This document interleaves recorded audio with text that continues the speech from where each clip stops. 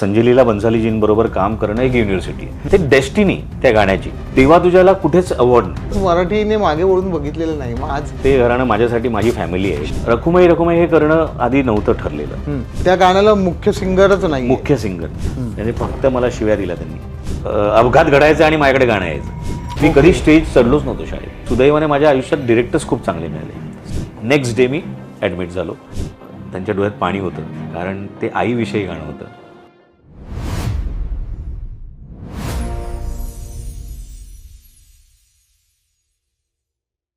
मन धागा धागा जोडतो नवा.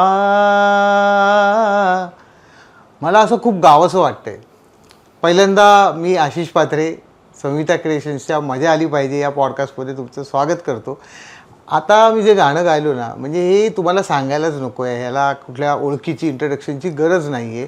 हे इतकं फेमस गाणं आहे मराठीतलं. आणि अशी अनेक लोकप्रिय गाणी ज्यांनी बनवली, ज्यांनी आपल्या आयुष्यात खऱ्या अर्थाने मजा आणली, असे आपले मित्र अमित राज आज आपल्यासोबत आहेत. अमित, हॅलो. कसा आहेस? मस्त मस्त आशिष.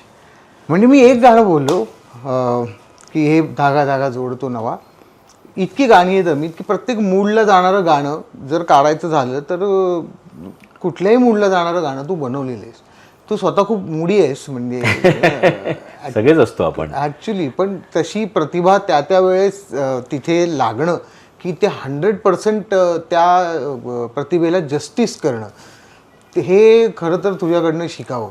म्हणजे मला नेहमी आश्चर्य वाटत आलं आहे की इतक्या सातत्याने तू काम, म्हणजे जवळजवळ 20 वर्ष तू काम करतोयस. आता इथे मराठीत एक 20 वर्ष आणि आधी 10 वर्ष हिंदीमध्ये.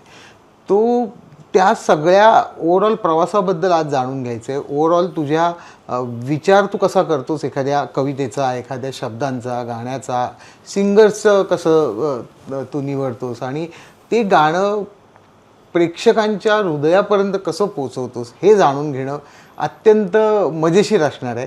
सो मला पहिल्यांदा सांग की अमित राज हे एक ओळखीचं नाव आत्ता झालं आहे, पण 1995 किंवा 2000 त्या मधल्या काळामध्ये जेव्हा तू कॉलेज पासआउट झालास, तुला करिअरची दिशा ठरवायची वेळ आली, तेव्हा हे माहीतच नव्हतं ना कोणाला अमित. तेव्हा अमित राज हे नावच नव्हतं मुळात. अमित राज नाव करेक्ट. ॲक्च्युली तेव्हा अमित सावंत हे नाव होतं. अमित सावंतचा नंतर मग अमित राज, संगीतकार अमित राज झाला. सो तुझ्या घराण्यात म्हणजे कधीच जोपर्यंत उगम शोधायला जावं की संगीत कोणीतरी अशी आराधना केली आहे, कोणी पेटी वाजवली आहे, कोणी गाणं गायलं आहे, असं कोणी होतं तबला वाजवणारं? माझे आजोबा पायपेटी वाजवायचे. बरं. सो ते गावी असताना आम्ही म्हणजे गणपतीत वगैरे, जसं गावी आपण प्रत्येकाच्या घरी जाऊन आरत्या करतो किंवा जे काय, तेव्हा माझे भजन असतं जेव्हा गावी, खास करून गणपतीत, तेव्हा माझे आजोबा पायपेटी वाजवायचे. पण मी नव्हतो तेव्हा हयात. म्हणजे बेसिकली मी आजोबांना कधीच बघितलं नाही. तर त्यामुळे मे बी ते जीन्स कदाचित उतरले असतील माझ्यात. तर ते असू शकतं. गाव कुठलं तुझं? कणकवली. मी प्रॉपर तळ कोकणातला. महाराष्ट्रात आणि विशेष करून कोकणामध्ये ती एक कलेची परंपरा आहे आणि थोडं लिबरल वातावरण घरात कलेच्या बाबतीत कुठच्याही घरात असतं. तर त्याचाही तुला फायदा झाला. म्हणजे आई वडील दोघंही असे थोडे मेथडिक की बाबा की हेच करायला पाहिजे असं होतं की काही वेगळं करू शकतो? खरं सांगू तर आई वडील दोघंही गव्हर्नमेंट सर्वंट. सो आई पासपोर्ट ऑफिसमध्ये, वडील MTNL मध्ये आणि मी एकुलता एक. त्यामुळे एक जास्त हे होतं की शिक्षणावर जास्त भर होती की बाबा तू काही करून शिक्षण कंप्लीट करायचं, काही झालं तरी. पण मी तुझे म्हणतोस ना, लहान असल्यापासून कसे संस्कार घडले, तर संस्कार मला रेडिओ थ्रू घडले. कारण माझ्या घरी 24 तास रेडिओ चालू असायचा. ॲक्च्युली बघायला गेलं तर मी अतिशोक्ती नाही करत आहे, पण चालूच असायचा.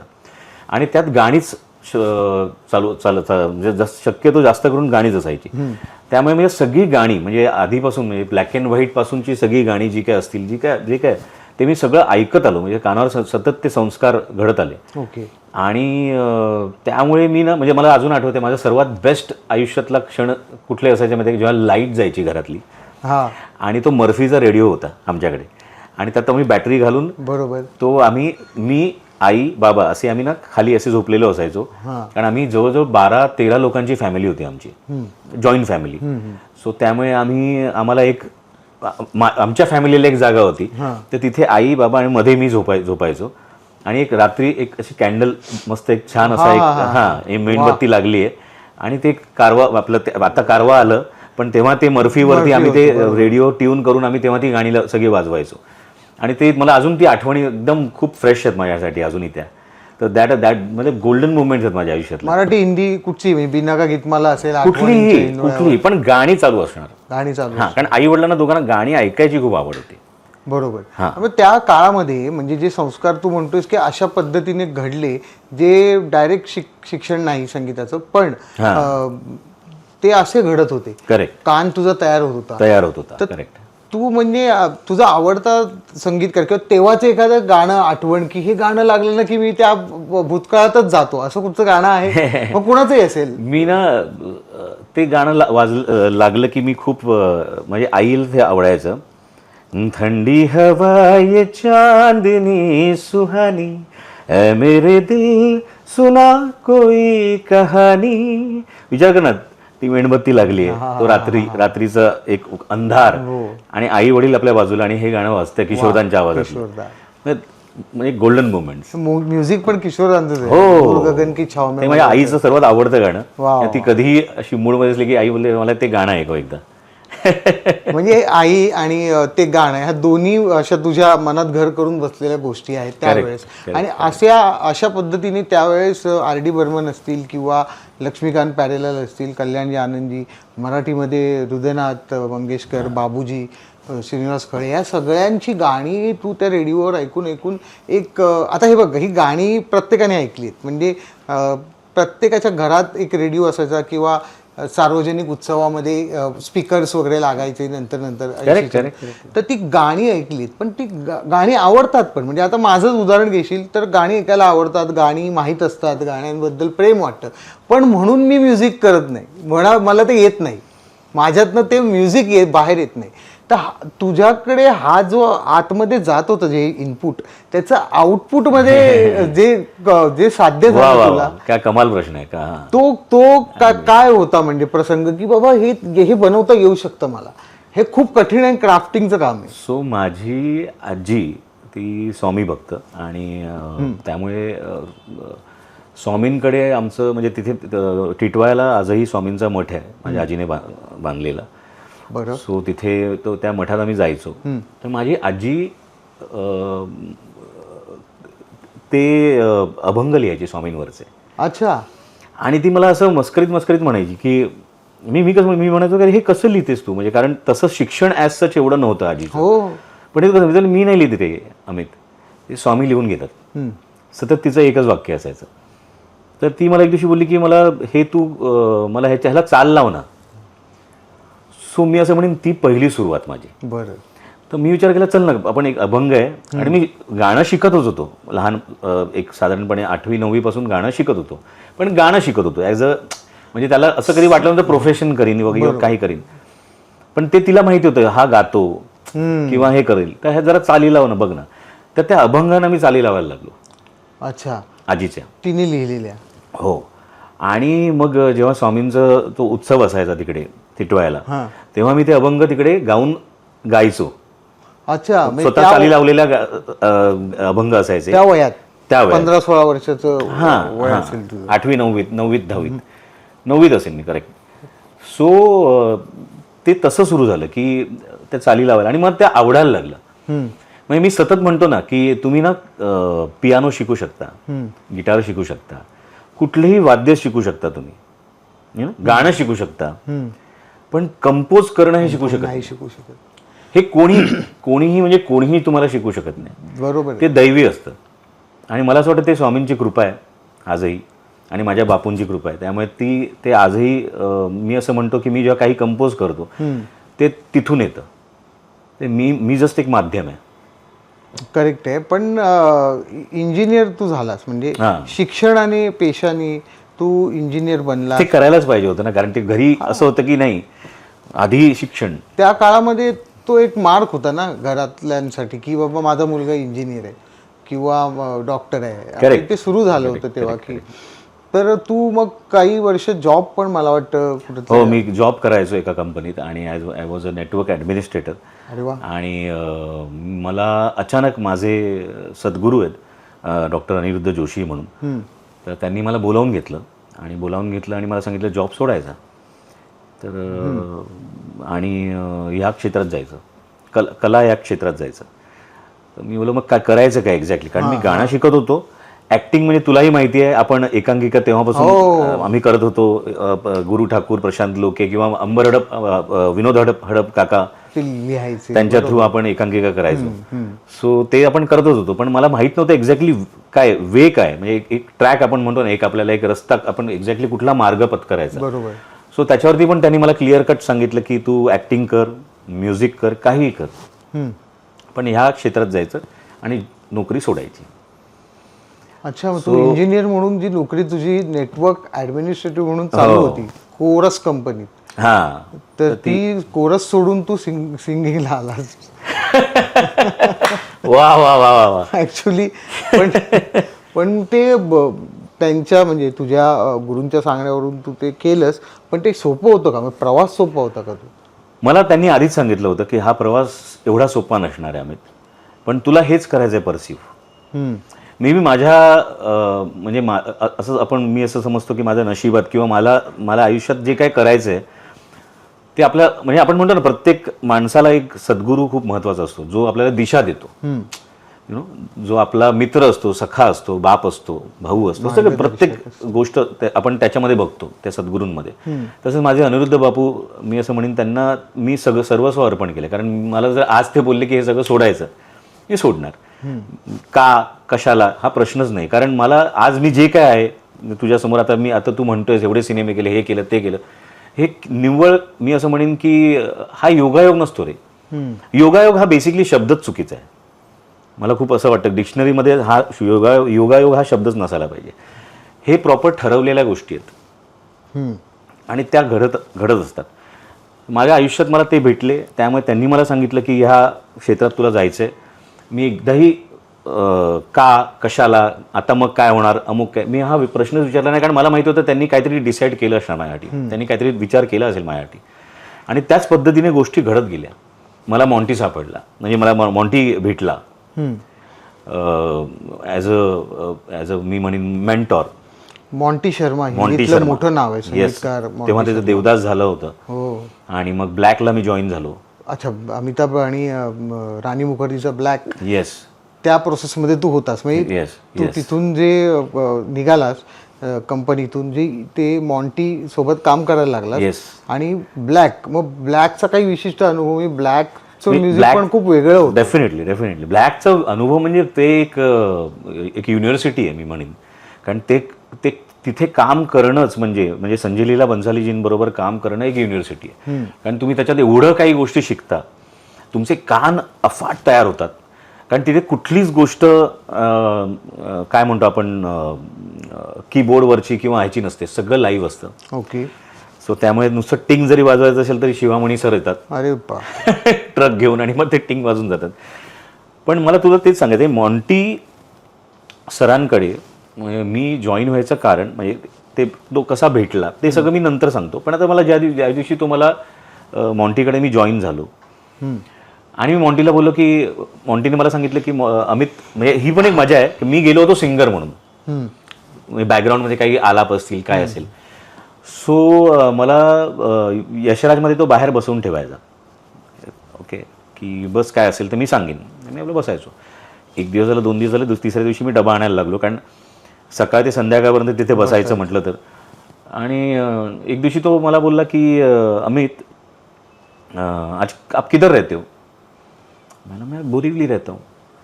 अच्छा, मैं भी उधर रहता हूँ, और आज है ना भाभी का बर्थडे है, म्हणजे त्याच्या मिसेसचा बर्थडे होता, तर आप भी आ जाओ. कारण त्यांनी मला बघितलं, ह्याची कन्सिस्टन्सी आहे, हा येतोय, काम नसेल तरी येतोय, आपण येतोय.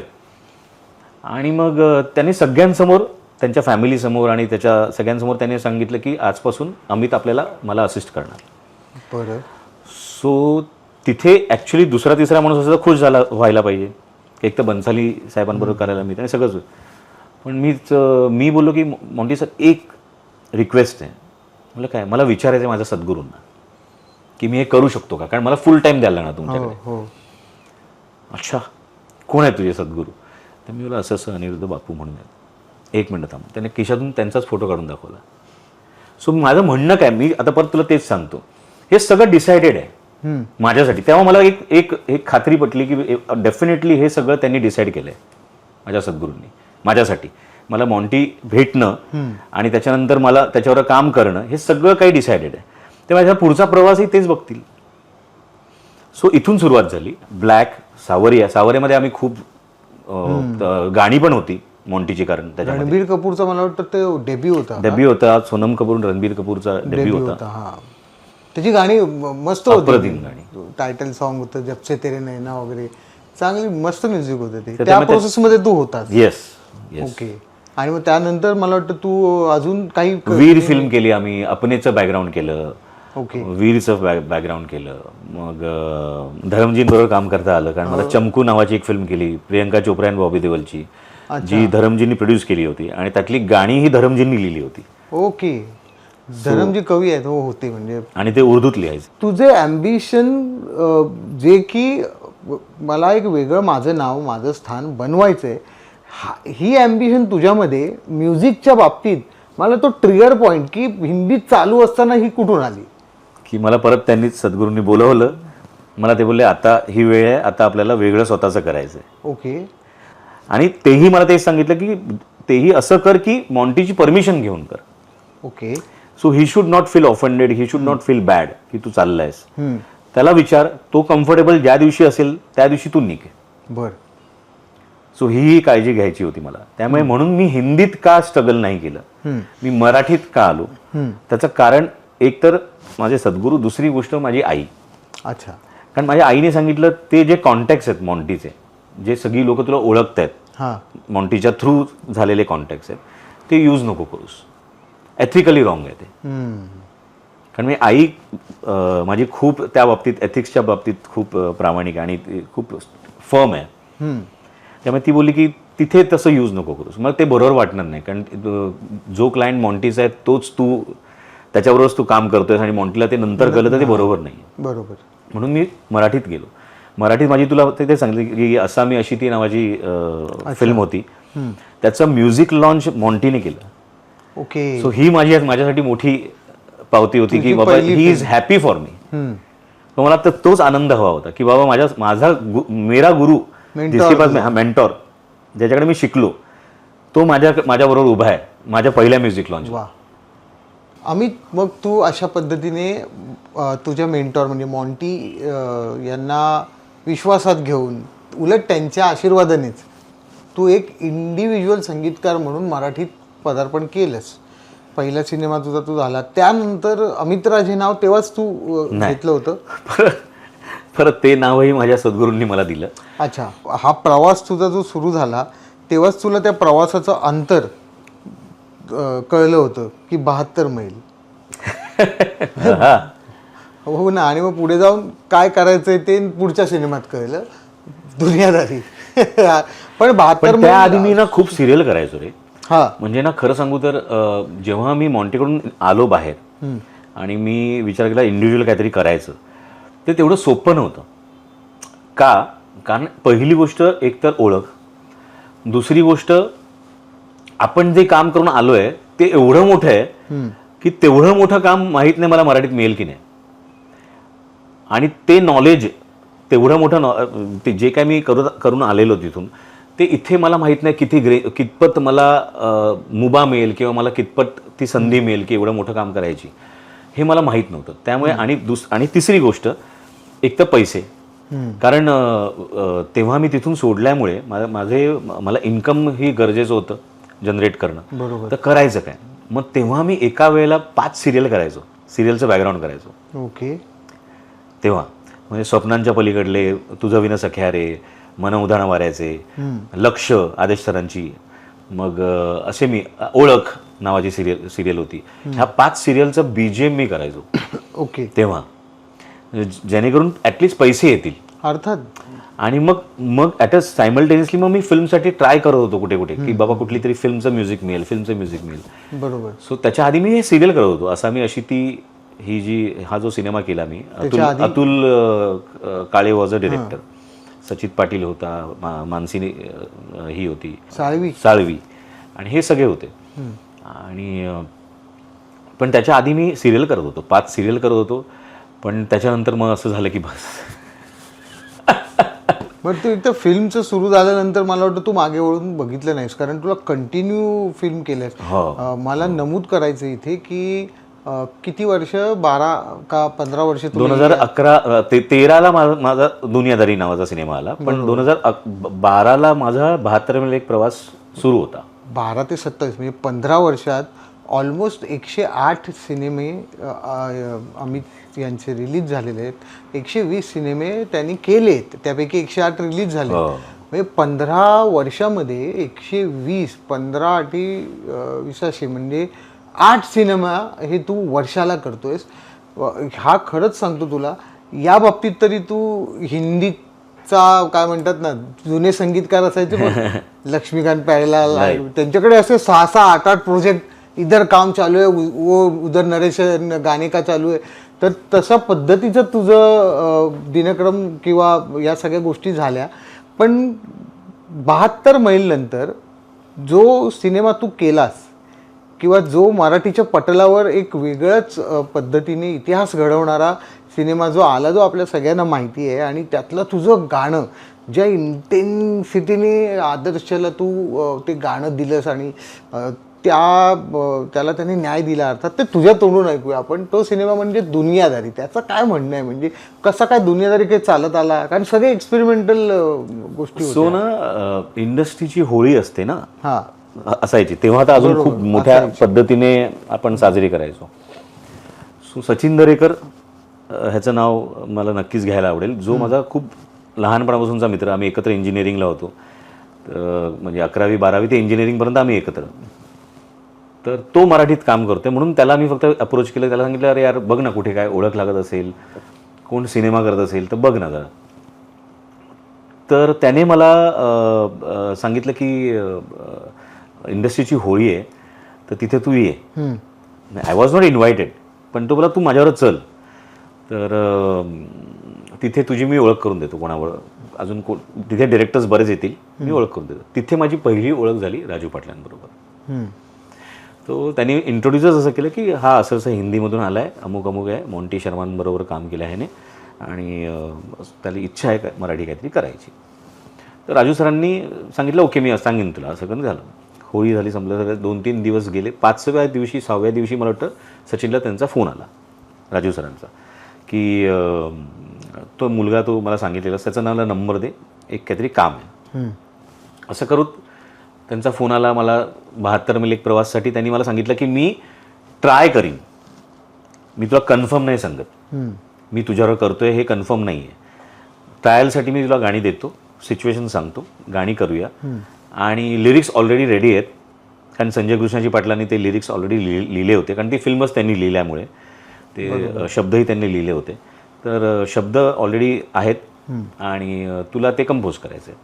जर आवडलं तर तू करतोयस, कारण अक्षय कुमार आणि Ashwini RD was the producers, grazing good production. बरोबर, त्यांनी केलं होतं. त्यामुळे तो बोला की ती खूप ती एक प्रॉपर हे आहे, आम्हाला त्यांना पण ऐकवायला लागणार, ते प्रोड्युसर असल्यामुळे. आणि त्यांना जर आवडलं, मला आवडलं तर आपण करूया.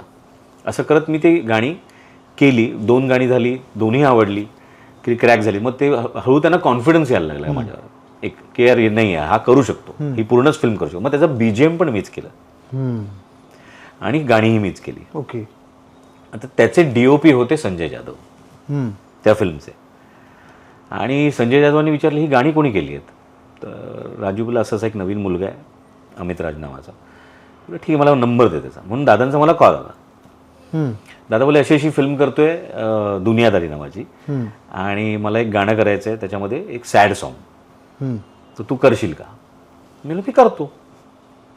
ओके. आणि दादा, नोईंग दादा, तुला पण माहिती आहे, अरे भाई करेगा क्या वगैरे. तर मी बोला अरे हे बहुत हिंदी वाला आहे. मला अजून जवळचा वाटला. त्यांनी तुला हे जाणू दिलं नाही की हां. तर मी बोललो करूया आपण. आणि मग अशी ती दुनियादारीची सुरुवात झाली. आणि मग तर किस्सेच आहेत, त्या गाण्याबद्दल पण किस्सेच आहेत. अरे ते देवा तुझ्या गाभाऱ्याला हे थोडं मला वाटतं लेट रिलीज झालं का, चौथं रिलीज झालं का ते गाणं? मी सांगतो तुला, फिल्म रिलीज झाली, हां, फिल्म रिलीज होऊन एक आठवडा झाला, सुपरहिट. हां, आणि फिल्म रिलीज नंतर देवा तुझ्या, मला अजून आठवतंय, देवा तुझ्या म्हणजे फिल्मचं म्युझिक लॉन्च होतं आणि माझं गाणंच लॉन्च नाही केलं त्यांनी, नानूबाईंनी. त्या नानूबाईंना मी खूप असा हे झालेलो, कारण मी म्युझिक लॉन्च आणि माझं देवा तुझ्या गाभाऱ्याला गाणंच नाही लॉन्च केलं यार. म्हणजे टिक टिक वाजते वाजते लॉन्च झालं, जिंदगी जिंदगी लॉन्च झालं, बरीच गाणी लॉन्च झाली, यारा यारा ते पण लॉन्च झालं, आणि माझं गाणं लॉन्चच नाही केलं त्यांनी त्या दिवशी म्युझिक लॉन्चला. मी बोलो, नानूबाईंना फोन केला, मी बोलो नानूबाई यार क्या कर रहे हो, मेरा गाना कब करोगे लॉन्च? बोले अमित तू आज मेरे जो शब्द है ना वो ध्यान में रखना, जिस दिन ये गाना लॉन्च होगा, ये गाना फिल्म के बाद हिट होने वाला गाना है, ये फिल्म हिट होने के बाद उसको लॉन्च की ज़रूरत ही नहीं है. आणि ॲक्च्युली तेच झालं. ज्या दिवशी फिल्म रिलीज झाली त्याच्या दुसऱ्या दिवसापासून आहे ना, प्रत्येकाच्या मोबाईलवर देवा तुझ्या गाभाऱ्याला वाजायचं, कारण ते इथे घुसायचं गाणं, आणि तुफान व्हायरल झालं ते गाणं. म्हणजे नानूबाई जे बोलले होते ते करेक्ट बोलले ते. पण त्या गाण्याची काय प्रोसेस आहे का स्पेसिफिकली? आदर्शचा आवाज पण तू पहिल्यांदा वापरलास आणि मला वाटतं मंदार चोळकरने ते लिहिलं होतं. हो, सो ते सगळं तुझ्यासाठी पहिल्यांदाच होतं. संजय जाधव पण पहिल्यांदा काम, हे प्रेशर पण असतं ना की फर्स्ट टाइम एक ट्युनिंग असेल तर आपण एक करले का, माहिती आहे काहीच माहीत नाही आहे, सगळी गोळाबेरीज आहे आणि ते गाणं तू केलंस आणि ते कल्ट आहे, म्हणजे ते सुपरहिट गाणं आहे मराठीतलं. तर त्याचं काय तेव्हा काय होतं मनात? गाणं झालं, ओके, गाणं आम्ही केलं, गाणं आम्ही शूटला दिलं. दादा ऑलरेडी शूटला गेले होते, दादानंतर शूटला दिलं. मला अजून आठवते, मी आणि संदीप नाथ, म्हणजे संदीप नाथ एक लिरिसिस्ट आहेत, ज्यांचं कितने अजीब रिश्ते यहाँ के गाणं त्यांनी लिहिलं आहे. मग फॅशन का जलवा, आता लेटेस्ट म्हणायला गेलं तर आशिकी 2 मधलं सुंदर आहे ना तू, अच्छा, मग सावरियामधलं यू शब्द मी पहिले नाही त्याच्यात. म्हणजे बेसिकली माझे खूप जवळचे मित्र आहेत. ते माझी पहिली फिल्म एक एवढी सुपरहिट होणार आहे मला माहिती होतं, कारण कमालचं कास्टिंग होतं, दुनियादारीचं सगळंच होतं. आणि मी बोललो की हे गाणं संदीपजींना ऐकवतोय मी गाणं, हे संदीपजींनी गाणं ऐकलं. संदीपजी बोलले क्या गाणं आहे यार. आणि तेवढ्यात मला फोन आला संजय दादांचा तिथून शूटवरून, अमित नहीं यार वर्कआउट नहीं हो रहा है गाना, ये वर्क ही नहीं हो रहा है, हे गाणं वर्कच नाही होते, हे मजा नाही येते गाण्यामध्ये, ह्या आपण हे गाणं कॅन्सल करतो. ओके. सो देवा तुझ्या गाभाऱ्याला वॉज रिजेक्टेड सॉन्ग. दादा बोलले आपण गाणं करतोय पण आता हे नको करूया, मी शूट करून येतो, मग ते मॉन्टाजेस बघूया आणि त्याच्या अनुषंगाने आपण मंदारला लिहायला सांगूया आणि वेगळंच गाणं करूया, हे नको करूया, हे मजा नाही येत आहे. बरं. आणि हे माझं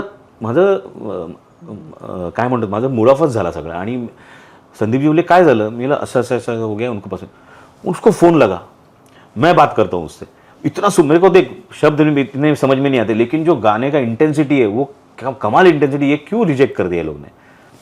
मैं बोला संदीप जी रहने दो, कुछ हुआ होगा, उनके दिमाग में कुछ चलता होगा, मालूम नहीं, अभी वो शायद नहीं है उनके लिए, वो सिच्युएशन में नहीं जाता होगा, असं करून मी जाऊ दे बोललो. पण मला खूप वाईट वाटलं होतं, कारण माझं खूप असं होतं की यार हे करेक्ट, हे वाजणारं गाणं आहे. आणि दादा आले शूटवरून आल्यानंतर आम्ही त्याच्यानंतर 3 गाणी केली त्या सिच्युएशनवर. ओके. 3ही गाणी आम्ही केली, आज आवडायची, दुसऱ्या दिवशी दादांचा फोन यायचा, मजा नाही येते. देवा तुझ्या गाभाऱ्याला रिप्लेसमेंट शोधत, ते बाजूलाच ठेवता देवा तुझ्यावर. त्याच्या व्यतिरिक्त अजून 3 गाणी केली सेम सिच्युएशनवर. नाही रे, हे मजा नाही येते, मग ती मजा नाही येते, मग हे नाही. मग एक दिवशी परत दादांचा फोन आला, अरे अमित वो देवा तुझ्या गाभाऱ्याला ना वो करेक्ट लग रहा है भाई, ये परफेक्ट वाटतंय, मी आता जे शॉर्ट्स लावतोय त्याला, आपण तेच करूया. ते पहिलं जे होतं ते फायनल, तेच करूया आपण. मग काय वाटलं तुला की अरे ये क्या KIA Maine? So may be तेच म्हणतो ना, ते डेस्टिनी त्या गाण्याची, ती त्याच फिल्मला जाणार होतं ते गाणं आणि तिथेच गेलं ते. आणि ते अजरामर गाणे मला पण मी आज ठरवलं तर मी तसं गाणं करू शकत नाही आता. कारण त्या गाण्यामध्ये आहे ना, एकतर मराठीमध्ये पॅटर्न असतो एक म्युझिकचा किंवा ऐकायची सवय असते ना, ती ब्रेक झाली. कारण तो जिथे ते गाणं अप होतं, जेवढं मला कळतंय की ते सिम्पल सुरू होते का त्याने विलाप म्हणूया, तो माणूस विलाप करतो की यार कुंभडाचं ठेवी माथा इथपर्यंत ठीक आहे, पुढे जेव्हा ते दारा दारा दारा तो जो सुरू होतो ना, तिथे तो माणूस पटकन ऐकणारा शांतपणे की गाणं मांडतोय, कैफियत सांगतोय आणि अचानक तो आक्रमक झाला. बरोबर की या लेवलला हे सुफीची जी आहे ना, ते सुफी टच न देता पण तू आणलंस सुफीचं फिलिंग की मागणं डायरेक्ट मेन करेक्ट आहे ऍब्सोल्युटली. आणि दुसरी गोष्ट माझ्या डोक्यात हेच होतं की वेस्टर्न आणि इंडियन मिक्स करायचं. ते फ्युजन जे आहे ना, त्याच्यात ती मजा आली. म्हणजे आदर्शचा तो असा एक रांगडा आवाज मातीतला म्युझिक, हा, आणि ऍट द सेम टाइम तिथे डिस्टॉर्शन गिटार वाजते. बरोबर. सो ही जी मजा आहे ना, ही त्या यंगस्टर्सनी उचलून धरली. यंगस्टर्सना आवडलं.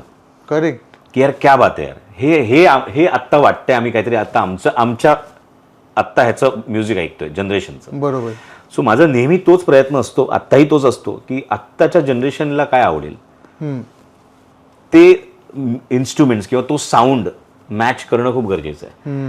कारण आज जर धुरंधर सारखा सिनेमा आपण ऐकतोय, तशी गाणी ऐकतोय, तर तो साऊंड आताच्या जनरेशनला अपेक्षित आहे. तर आपण मराठीत दुसरं काही खेळू शकतो. मला ह्याच विषयी बोलायचं होतं. अर्थातच प्रेक्षकांना हा फरक लक्षात आता आपण बोलल्यावर येईल, कारण त्यांना गाणं आवडतं, ते इतक्या डिटेलमध्ये जात नाहीत.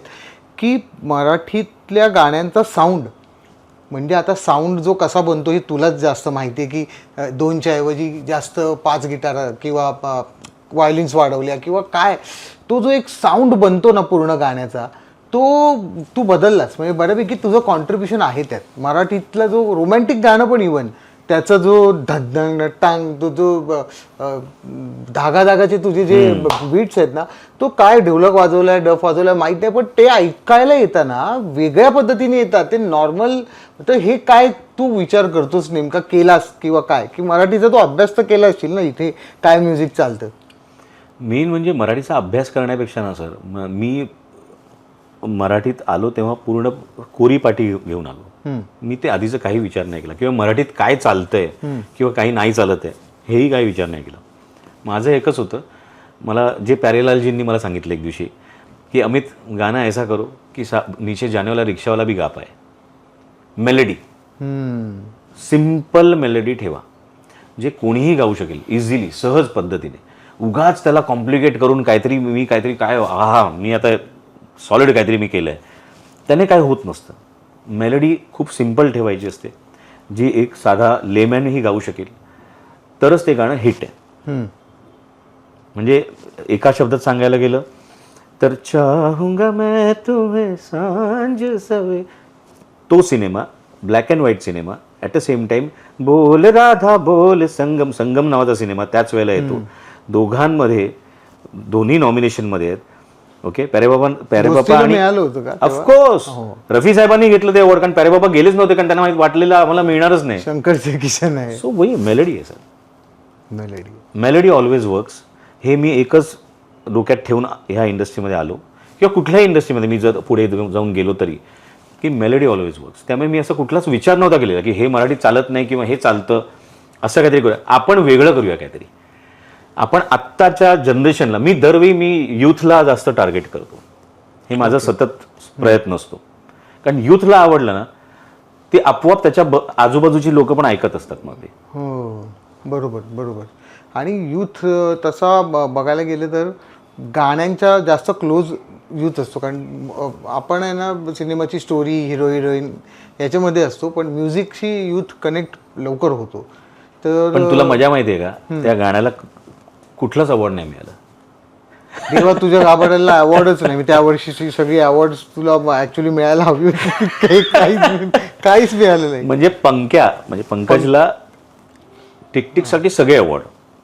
Of course Tiktik was a brilliant song आणि ते प्रत्येकाच्या तोंडात होतं गाणं. परत तेच सांगतो, मेलडी खूप इझी होती.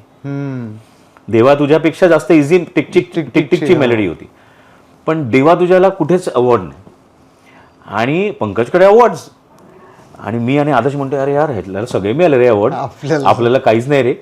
आणि पंकजने त्यामुळे त्या वर्षीचे सगळे झाडून अवॉर्ड घेतले होते आणि त्याने पार्टी ठेवलेली होती त्याच्या घरी पंकजने. बरं.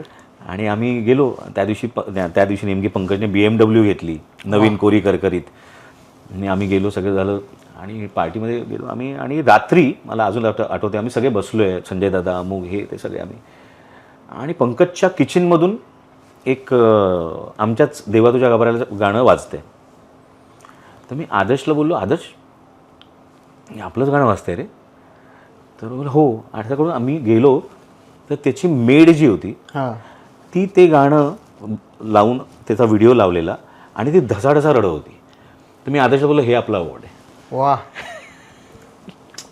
पोचले तिथपर्यंत. पोचलं नाही पण त्या गाण्याने एक वेगळा इतिहास रचला आणि मराठीतल्या एका संगीताच्या नव्या दालनाची सुरुवात त्या सिनेमाने किंवा त्या प्रोसेसने झाली. शोले होता तो मराठीतला, हो असं मी म्हणेन. अर्थात. आणि तुमच्यासारखे सगळे लोक तिथे एकत्र आल्यामुळे तो ते बनू शकला. आणि तिथनं खरंच मराठीने मागे वळून बघितलेलं नाही. मग आज परत 100 कोटी आणि 150 कोटी हे सुरू झालंय, तर ती चांगली गोष्ट आहे. तर त्यात तुझंही कॉन्ट्रीब्युशन आहे. कोणी म्हणजे अर्थात तुला त्या 100 मधले 5 कोणी आणून दिलेले नाहीत, पण तुझं कॉन्ट्रीब्युशन आहे हे कोणी नाकारू शकत नाही. दुसरी एक गोष्ट ना मला लक्षात येते तुझ्या बाबतीत की बऱ्याचदा काय होतं, एक पॅटर्न बनतो. म्युझिक डिरेक्टर, ॲक्टरची बघ एक स्टाईल बनते की कुठल्याही रोलमध्ये तो तसाच आहे, तो अप्रतिम ॲक्टिंग करतो पण तो त्याच स्टाईलची ॲक्टिंग करतो. जसं फॉर एक्झाम्पल पंकज कपूर वगैरे ते हा कॅरेक्टर म्हणजे ते कळतच नाही की हा तो असेल का. ते त्यांची स्टाईलाइज्ड ॲक्टिंग नाही करत. पण बच्चन साहेब हे त्यांच्या स्टाईलाइज्ड ॲक्टिंगसाठी ओळखले जातात. तर तसं तुझ्या बाबतीत मला वाटतं तू कॅरेक्टर करतोस. म्हणजे तुझी ना स्टाईल ही अमित राजची स्टाईल आहे. आणि हे मला वाटतं माझ्यासारख्या ऐकणाऱ्यासाठी ना मला फार महत्त्वाचं वाटतं की कॅरेक्टर करणं, की त्या माणसाचं म्हणणं काय, शब्दामधून काय आलंय, त्या फिल्मचं वातावरण काय. प्रत्येक वेळी तुझं म्युझिक बदलत जातं. रोमांसमध्ये सुद्धा वेगवेगळ्या छटा असतात किंवा काय, तोच एक बीट वाजतोय, तोच एक पॅटर्न वाजतोय. हे तू जाणीवपूर्वक करतोस की तुझ्याकडनं ते झालं आणि मग साऊंड प्रत्येक वेळेला चेंज झालाच पाहिजे. आणि तुम्ही काय म्हणतो आपण आत्ताच्या म्हणजे ट्रेंडप्रमाणे तुम्ही स्वतःला अपग्रेड करायला पाहिजे. जर तुम्ही अपग्रेड नाही केलं स्वतःला तर तुम्ही तिथेच राहाल आणि लोक तुम्हाला जुनं बोलायला लागतील. त्यामुळे मी सातत्याने तोच प्रयत्न करतो की हे गाणं असं केलं आहे ना, ओके.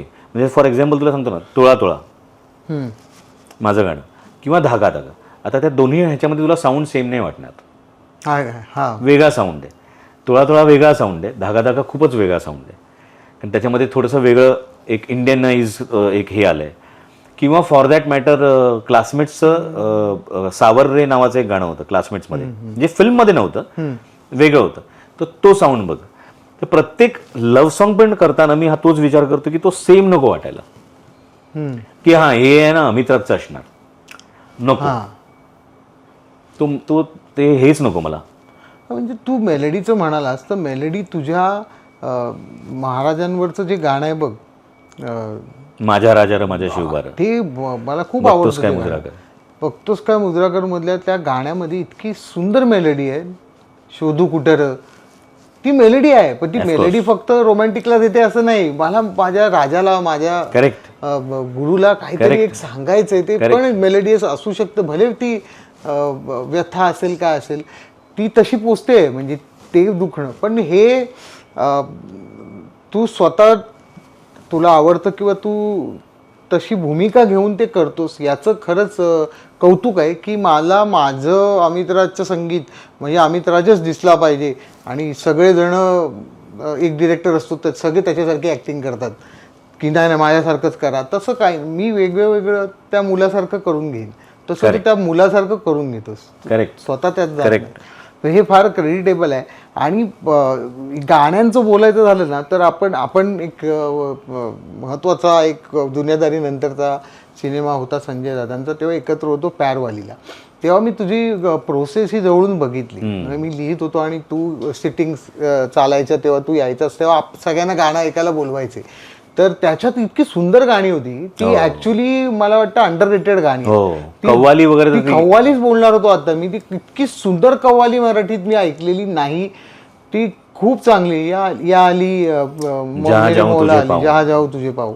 तर ती कव्वाली असेल किंवा त्याच्यामधलं बावरी गाणं असेल लग्नाचं, करेक्ट, की ज्याच्यामध्ये सुरुवातीला तू ते मला आठवते की तू काही आगरी लोकांना तू त्या ऑफिसमध्ये आणलं होतं आणि त्यांनी ते हलदुले हलदुले ते वाजल्यावर अरे क्या, आणि मग नंतर ते बावरी त्याला जातं. सई तामणकर आणि स्वप्नीलवर पिक्चर आहे. तर हे गाणं असेल हे ना थोडेसे कुठेतरी अजून पोहोचायला हवे होतं असं मला, पण असं होतं चल आपण चांगलं काम केलंय. तर अशा अनेक गाण्यांपैकी तुझं एक प्रत्येक पार्टीत, प्रत्येक डीजे मध्ये, प्रत्येक डान्सच्या ठिकाणी वाजणारं गाणं म्हणजे आवाज तर ते जे झालंय, ते जे काय बनलंय म्हणजे थिल्लर आयटम सॉन्ग अजिबात नाही, शब्दामध्ये नाही, ज्यांनी कंपोज केलंय त्यात नाही.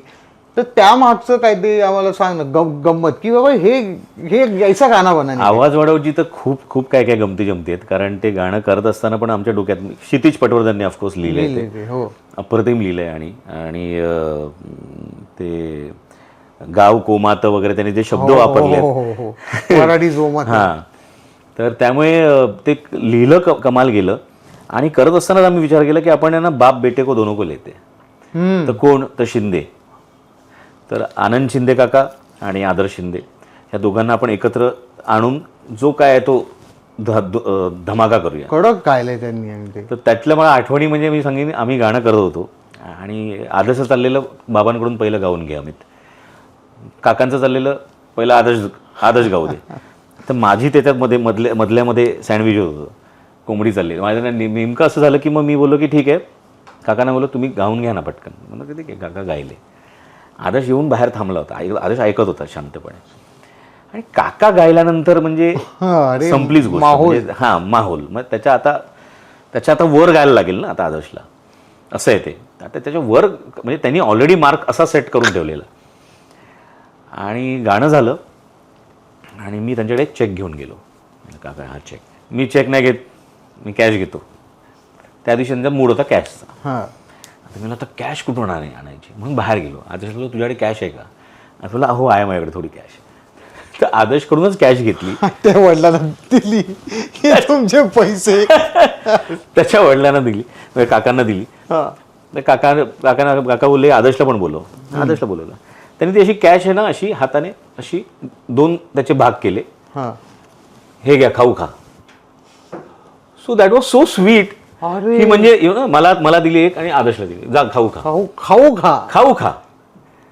तो ते घराणं मी खरंच सांगतो, म्हणजे ते घराणं माझ्यासाठी माझी फॅमिली आहे. शिंदे घराणं एक माझंच एक घराणं आहे असं मी समजतो. बरोबर. ज्या पद्धतीने त्यांनी प्रेम दिलं ना दोघांनी, म्हणजे पूर्ण घराण्याने. मी उत्कर्षाचं पण नाव घेईन, मी हर्षलचं नाव घेईन, हर्षदचं. या सगळ्यांनी जे काय प्रेम देतात नाही, प्रेम केलं तर प्रेम करावं तर शिंदे घराण्यासारखं कोणावर केलं तर. बरोबर. तर ते तसं ती एक एक गमतीदार तो किस्सा होता हा आमचा.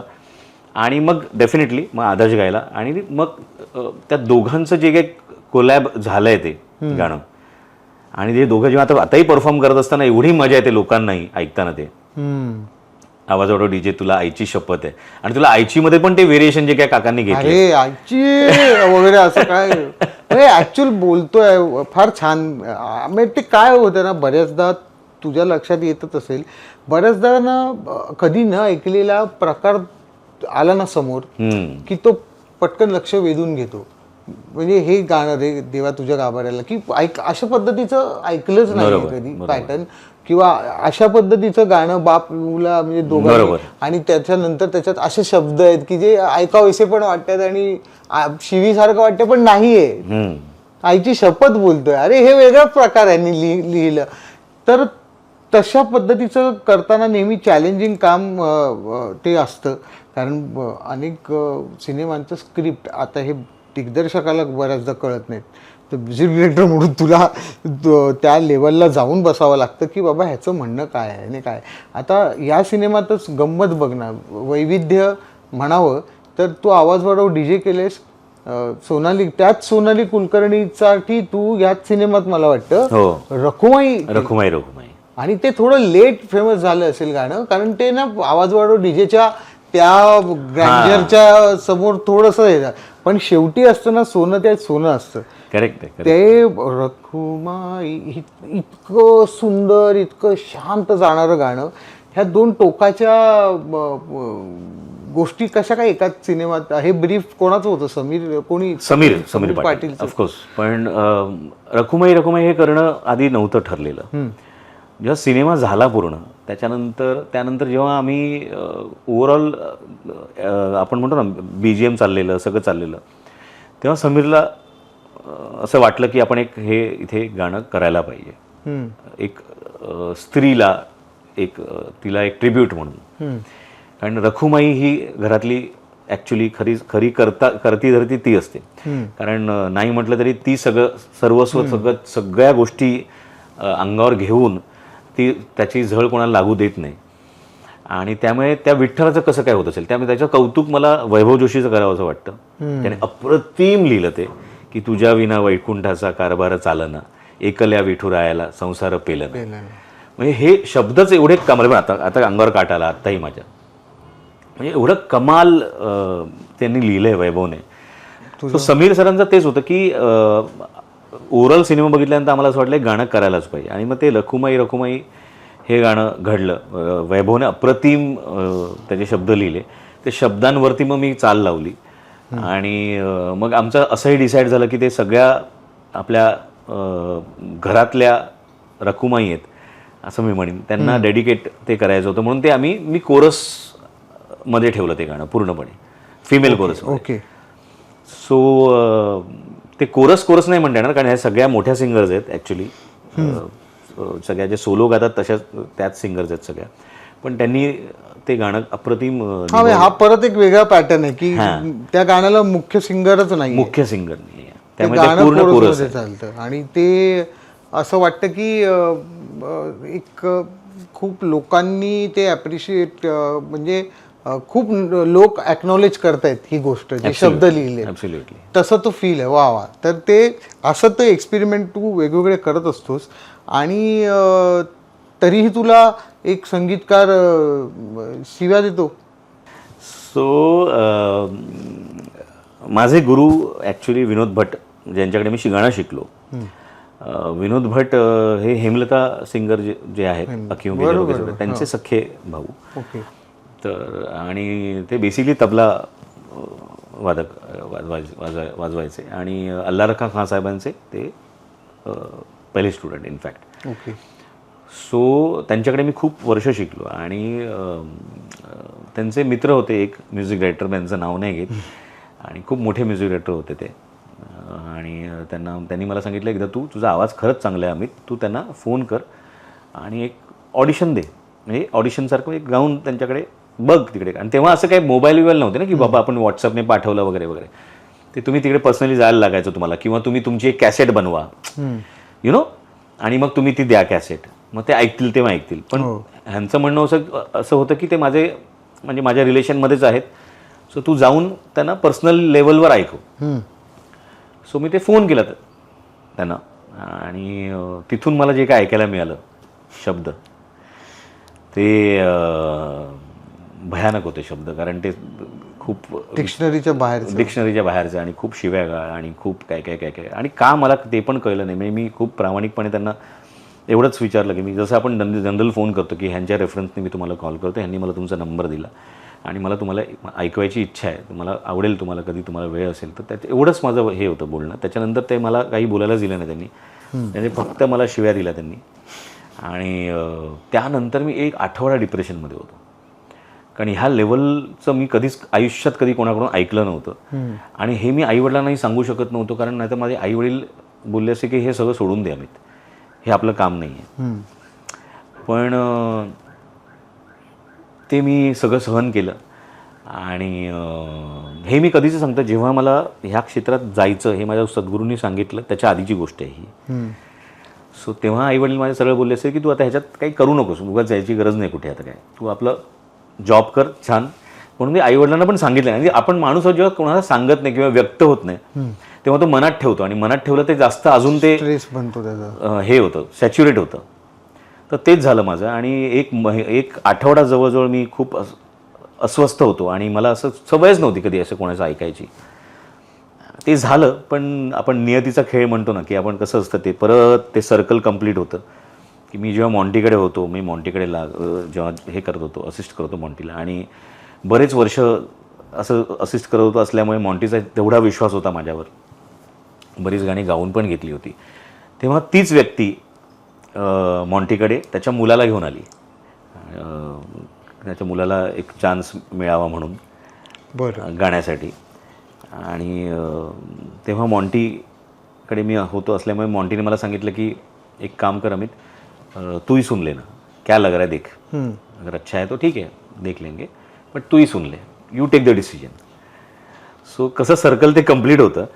तर मी त्या व्यक्तींना भेटलो, त्याच्या मुलाला भेटलो, मी मुलाकडून ऐकलं पण, आणि मी कुठेच दाखवलं नाही की मला असं काही झालं होतं वगैरे अमुक तमुक. पण जाता जाता मी फक्त त्यांना एकच बोललो की सर आपको मालूम है ऐसे ऐसे ऐसे ऐसे मैंने आपको कॉल किया था और आपने मेरे को बहुत गालियाँ बकी थी, और मेरा उसमें कुछ कसूर भी नहीं था. मतलब आपने जस्ट ऐसे ही मेरे को आपने बहुत गलत सलत बोल दिया था आपने, और वो इम्पैक्ट इतना था कि मैं एक हफ्ता भर मैं उस इम्पॅक्ट में था. तर त्याला एवढं ते लागलं त्यांना, आणि ते बोलले की I am so sorry Amit. म्हणजे तेव्हा मी कदाचित वेगळ्या मूडमध्ये असेल किंवा काहीतरी झालं असेल, काय असेल. पण त्यामधून मी एक शिकलो आशिष, की मला आत्ताही नाही म्हटलं तरी दिवसातून एक 2 ते 3 फोन येतात नवीन गीतकारांचे, आणि किंवा मग सिंगर्सचे येतात. बरोबर, येतच असतात, कोणाकोणाचे तरी फोन येतात. मी त्यांना एंटरटेन करतो यार. मी कधीच हे नाही करत. मला खूप लोक बोलतात अरे तू प्रत्येकाला कसं एंटरटेन करतो, नाही करायला पाहिजे. अरे मी असं नसतं रे, कारण मला ते दिवस आठवतात. मी तिथे मी स्वतःला ठेवतो. मला असं वाटतं की तो मीच आहे जो कॉल करतोय, आणि मला त्याला एंटरटेन करणं माझं हे कर्तव्य आहे, आणि त्याला योग्य मार्ग दाखवणं किंवा निदान त्याला एक योग्य एक त्याला पटेल असं एक उत्तर मिळणं हे त्याला अपेक्षित आहे, हे त्याला मला द्यायचं आहे. मी त्याला असंच वाऱ्यावर नाही सोडू शकत. नाही, करेक्ट. तर त्यामुळे ते मला खूप त्या दिवसापासून लागलं, आणि त्यानंतर मी असं म्हणेन, उलट मी म्हणतो ना आपल्याला एक प्रत्येक गोष्ट शिकवत जाते, काय ना काहीतरी शिकत असतो आपण काहीतरी. तर ह्याच्यातून हे शिकलो मी की आता की आपण अशा स्ट्रगलर्स ना आपण म्हणू, स्ट्रगलर्सच असतो. आज आपणही स्ट्रगलर्स आहे, पण ते खूपच बेसिक लेवलचे स्ट्रगलर्स असतात. तर त्यांना एकच अपेक्षा असते की ह्यांनी माझ्याशी 1-2 मिनटं बोलावं, ह्यांनी माझं ऐकून घ्यावं, काय मी म्हणतोय ते मी ऐकून घेतो. बरोबर. पण म्हणजे तू ते जे तुझ्या बाबतीत झालं त्या अनुभवातून ते इतर कोणाच्या बाबतीत होऊ नये याची काळजी तू तुझ्या लेवलला तू घेतोस. प्रश्न. आणि हे खूप ॲप्रिशिएबल आहे की नवीन लोकांशी कसं डील केलं पाहिजे हे आपल्याला माहीत असायला हवं. आपण पण इथे काही नवीन असतो. तर त्या तुझ्या प्रवासाबद्दल आपण बोलतोय, तर त्यामध्ये एक महत्त्वाचा टप्पा आहे तो म्हणजे क्लासमेट सिनेमा. आदित्य सरपोतदारचा क्लासमेट, ज्याच्यामध्ये पण एक कास्टिंग खूप चांगलं होतं. त्याचे मला वाटतं क्षितिजनेच डायलॉग लिहिले होते. तर ते सईचे डायलॉग, चड्डीत राहायचं किंवा अशा बऱ्याच गोष्टी आहेत. त्यात म्युझिक हा सुद्धा एलिमेंट खूप स्ट्रॉंग होता. तू त्याबद्दल काय सांगशील? तेरी मेरी आरिया मला वाटतं त्यातलं सगळ्यात सुपरहिट गाणं. करेक्ट. कारण त्यामध्ये कसं झालं ना, हे प्रत्येक सिनेमातलं गाणं माझ्याकडे ना अशाच ॲक्सिडेंटलीच येत गेलं माझ्याकडे. असा काही अपघात घडायचा आणि माझ्याकडे गाणं यायचं. म्हणजे इथं काय घडलं तो इथे असा घडला की मला अचानक आदित्य सरपोतदार सरांचा फोन आला. मला बोलला की अरे अमित असं असं आहे, तू जरा मला 2 मिनिट मला भेटायला ये म्हणून माझ्या घरी. मी बोललो ठीक आहे. मी गेलो त्यांच्या घरी भेटायला. त्यांना वर्सोला ते राहतात. आणि मला बोलले की अरे अमित काय झालं आहे, 3 दिवसांनी माझं गाण्याचं शूट लागलं आहे, सगळ्यांच्या डेट्स आहेत. कोण तर सचित पाटील, सिद्धार्थ चांदेकर, सई तामणकर, सोनाली कुलकर्णी, अंकुश चौधरी, ह्या सगळ्यांच्या डेट्स आहेत. आणि ह्यानंतर परत हे एकत्र मला भेटणार नाही आहेत कुठल्याच डेटला.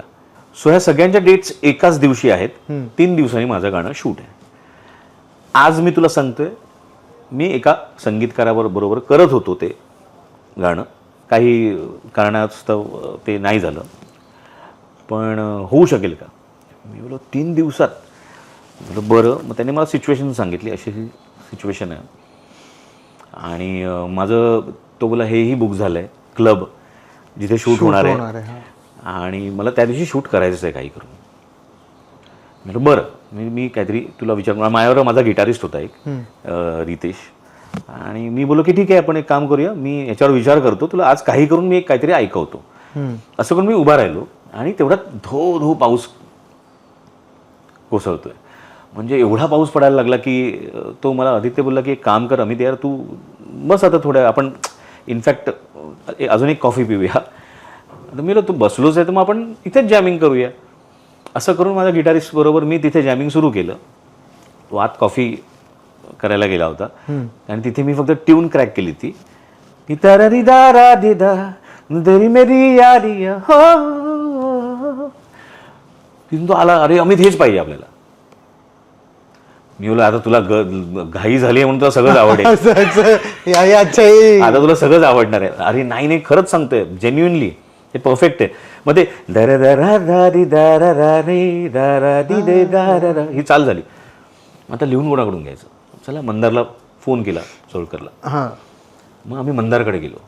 मंदारकडून ते त्या दिवशी गाणं लिहून घेतलं. म्हणजे हे त्याच दिवशी घडतंय सगळं. त्या दिवशी तो म्हणतोय की आता 3 दिवसांनी शूट आहे, लिहून घेतलं. त्याच दिवशी रात्री मी स्टुडिओला जाऊन माझ्या प्रोग्रामर्सकडे जाऊन मी बसून प्रोग्रामिंग सुरू केलं. ओके. दुसरा दिवस पूर्ण प्रोग्रामिंगमध्ये गेला. आता त्याच्यात नेक्स्ट डे शूट आहे. तर मला युजेचा फोन येतोय, भाई मेरे को शूट क्या करना है, मेरे पास गाना नहीं है, मला काहीच माहिती नाही मला काय करायचंय शूट. तो मला मी बोला अरे बाबा माझ्याकडे पण आत्ता आलंय भाई, थांब जरा थोडे थांब. तर तो दिवस पूर्ण मी प्रोग्रॅमिंग केलं, रात्री रेकॉर्ड केलं. सकाळी सकाळी मला अजून आठवतंय आदित्य सरपोतदार सर जी आले माझ्याकडे 6 वाजता सकाळी. आणि तेव्हा ना ते पेनड्राईव्ह आणि हे नव्हतं, म्हणजे ते सीडी होत्या त्या, ती सीडी बंद करून तेव्हा गरमागरम दिली.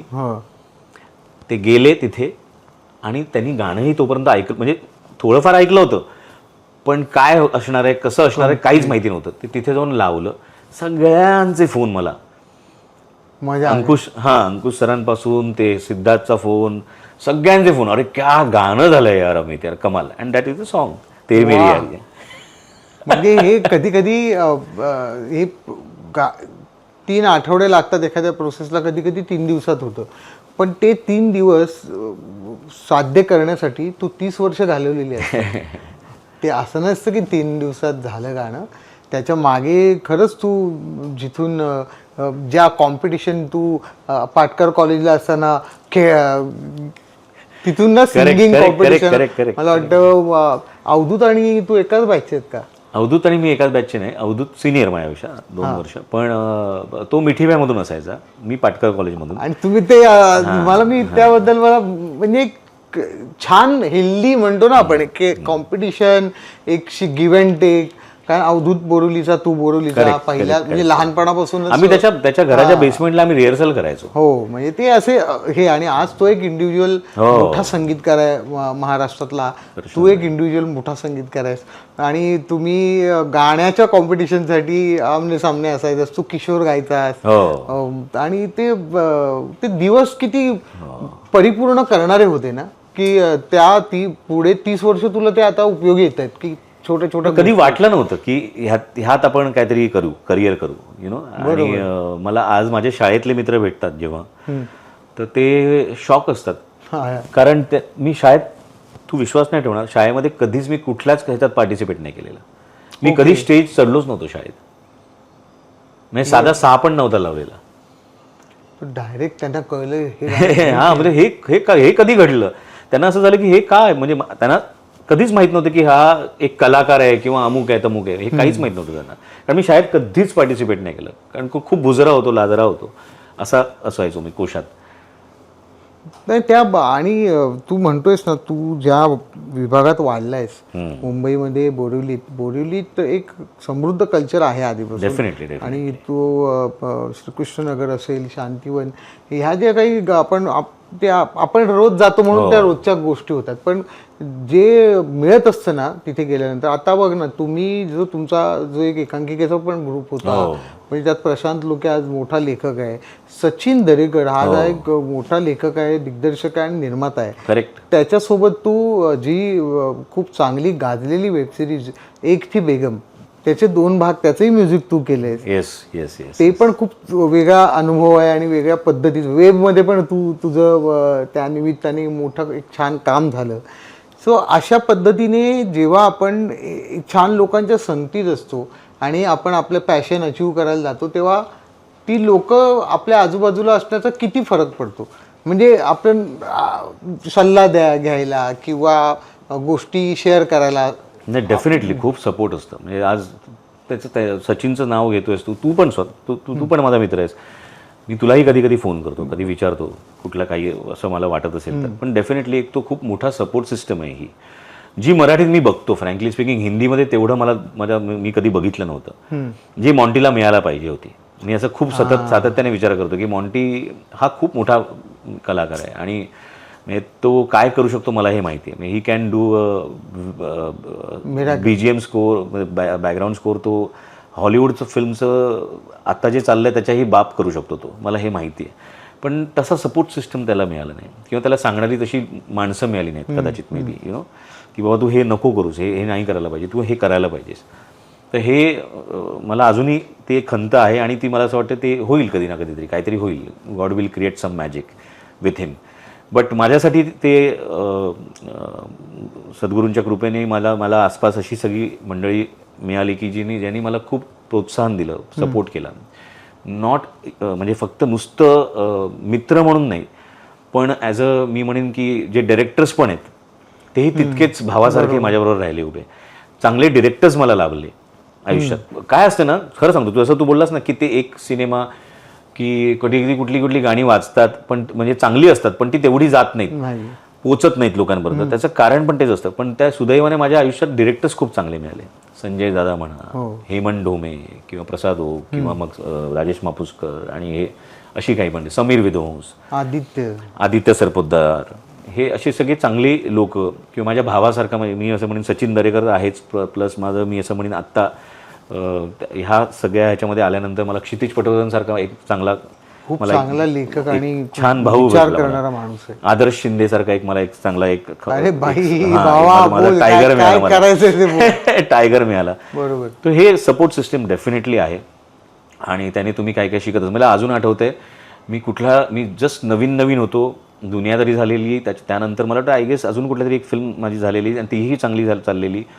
आणि मी कुठला तरी इंटरव्ह्यू दिला आणि मला अचानक अंकुश सरांचा फोन आला, दादाचा.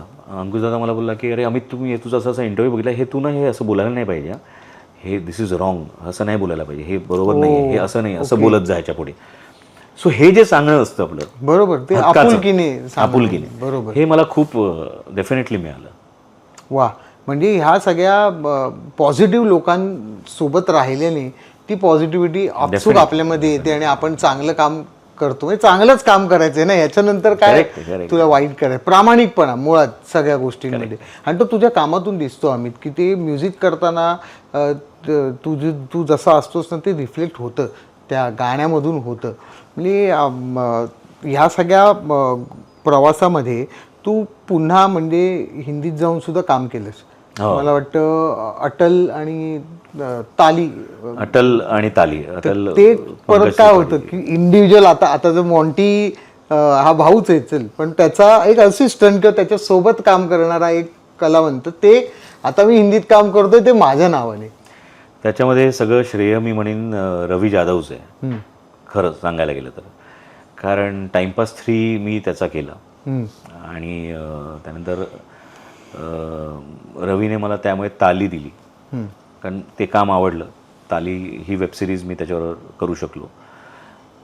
मला मी असं म्हणेन की एक मोठी वेबसिरीज, सुष्मिता सेन आणि अमुक तमुक, ही अशी मोठी वेबसिरीज मी म्हणेन रवीला सगळं श्रेय जातं. बरोबर, रवी जाधवला. कारण डेफिनेटली त्याने खूप त्याचा सपोर्ट होता. त्याने धरून ठेवलं की अमितच करणार, कारण त्याला विश्वास होता. तर त्यामुळे मला ते काहीतरी मला तिथे एक माझी कलाकृती दाखवायचा मला एक संधी मिळाली, दाखवायची संधी मिळाली. दुसरं अटल हेही तितकंच रवीचं श्रेय आहे, कारण तिथेही रवीने धरून ठेवलं की मला अमित पाहिजे. सो मी आयुष्यभर त्याचा ऋणी राहीन की मला हिंदीमध्ये तसं बघायला गेलं तर एक रवीने एक चांगला चान्स दिला मला, आणि त्याने मला तो प्लॅटफॉर्म दिला परत एक प्रूव्ह करायला मला. त्यामुळे ते त्याच्यामध्ये अजून त्याचं श्रेय हे आहे की विनोद भालुशाली ते प्रोड्युसर होते अटलचे, तर त्यांनीही मला तितकीच मुभा दिली. ते अटलजींची कविता आहे हिंदू तन्मन, त्याला मी एक संगीतबद्ध केलं पूर्णपणे, आणि त्याचं पूर्ण ऑर्केस्ट्रेशन मी म्हणेन, सिम्फनी आणि सगळ्याच गोष्टी मी सगळं बुडापेस्टला रेकॉर्ड केलं. So it was huge. So माझ्यासाठी पण ते मला परत ते बन्साली डेज मला सगळे आठवले, आणि मला ते करायला मिळालं सगळं, म्हणजे सगळं लाईव्ह. एक साधारणपणे 350 म्युझिशियन्स तुमच्यासमोर वाजवतात. बुडापेस्ट ही हंगेरीची राजधानी आहे, तिथे मोठमोठे स्टुडिओ आहेत. तर तू अटलचं जे तू म्हणतोयस की कविता अटलजींची तू जी रेकॉर्ड त्याला पूर्ण संगीतबद्ध केलं, ज्यांनी जे कैलाश खेरजींनी गायलं, आणि त्याचं पूर्ण सिम्फनी आणि ब्रास, चेलोज, विओलाज, हे ते सगळं, म्हणजे जवळ 350-400 म्युझिशियन्स होते जवळजवळ, ते सगळं मी बुडापेस्टला लाईव्ह केलं. क्या बात आहे. म्हणजे या देशाच्या सीमा ओलांडून ते एक उत्तुंग व्यक्तिमत्व आहे अटलजी. तर ते तू सिम्बॉलिकली तिकडचे म्युझिशियन्स आणि त्यांच्या सहाय्याने ते म्युझिक तयार. Definitely, but that would not been, मतलब ते पॉसिबल नसतं जर का रवीचा तेवढा सपोर्ट नसता, आणि विनोद भानुशाली स्पेशली जे प्रोड्युसर आहेत त्यांनी पण तेवढंच ते आम्हाला साथ दिली, आणि ते बोले नाही बजेट आपण करूया, काय जे काय असेल ते आपण करायचं, पण त्यामुळे ते करायला मिळालं. अर्थात या सगळ्यांची साथ तुला मिळाली, याच्या सोबतच तुझी सुद्धा श्रद्धा आपल्या कामावरची आणि तुझं डेडिकेशन हे अत्यंत महत्त्वाचं आहे. कारण मी असं ऐकलं की उत्तर नावाचा जो सिनेमा आता क्षितिज पटवर्धनचा आला, त्याचं म्युझिक तू केलंस, त्या दरम्यान काहीतरी एक अशी घटना घडली की जी एक सच्चा कलावंतच निभावू शकतो, असं माझं म्हणणं आहे. ती घटना काय होती तुझा? नाही, मेजर मला एक मी असं म्हणेन खूप वेगळ्या ह्याच्यातून बाहेर पडलो, हात लावून आलो. आपण म्हणतो ना, हात लावून आलो. ओके. सो प्रत्येकाच्या आयुष्यात काही ना काहीतरी कधी कधी घडत असतं ते, पण ते एक सर्जरी, मोठी सर्जरी सांगितली मला डॉक्टरांनी, जी की खूप कॉम्प्लिकेटेड सर्जरी होती ती. आणि तेव्हाच नेमकं क्षितिजचा उत्तर सिनेमा ॲज अ डिरेक्टर म्हणून क्षितिज पहिल्यांदा काम करणार होता. आणि क्षितिजचं म्हणणं असं होतं की सर मला काही करून एक गाणं तरी तुमच्याकडून हवं आहे, आणि क्षितिजलाही माहिती होतं माझं काय चाललेलं तेव्हा हेल्थ वाईज. सो मी त्याला बोललो नाही, मी तुला प्रॉमिस करतो आपण एक गाणं करायचंच काही करून. तर हो आई नावाचं जे गाणं, अरे खूप, तर नेमकं ते गाणं मला त्यांनी दिलं, आणि ते गाणं मी कंपोज केलं, आणि माझा त्रास जो होता तो वाढत गेला. इनफॅक्ट तो खूपच वाढत होता, आणि मी डॉक्टरांकडे कन्सल्ट केलं. डॉक्टर बोलले की आपल्याला उद्या परवामध्ये आपल्याला करायला लागेल सर्जरी. तर मी त्यांच्याकडून थोडा वेळ मागून घेतला. मी बोललो की 1 आठवडा आपण काय सस्टेन करू शकतो का, आपण 1 आठवड्यानंतर करूया का, चालेल का तुम्हाला, कारण मला ना हे गाणं डिलिव्हर करायचं आहे, कारण फिल्म रिलीजवर आहे. आणि कारण ते गाणं पण तसंच झालेलं की ते अचानक ठरलं गाणं करायचं म्हणून. बवे सर आणि सगळेच ओव्हरऑल उत्तम गाणं आहे, आणि ते वा वा. तो क्षितिजने सांगितलं आपल्याला ते करायला लागेल. तर पण ते मग असं झालं की आपण ते करूया, म्हणून मी 1 आठवडा मागून घेतला, आणि मग पेन किलर्स आणि हे करून मी ते गाणं पूर्णपणे कंप्लीट करून ते मिक्स मास्टर करून जेव्हा त्याच्या हातात सुपूर्त केलं, नेक्स्ट डे मी ॲडमिट झालो.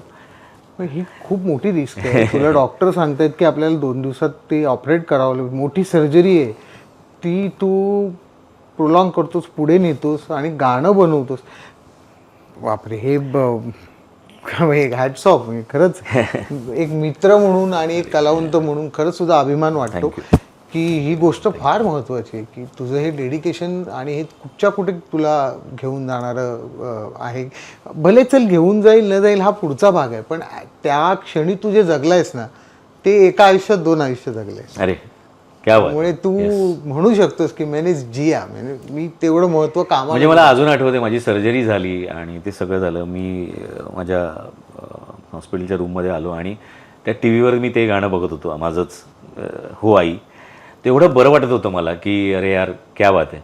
म्हणजे हे आपलं आत्ता जायच्या आधीचं हे पहिलं काम आहे वा.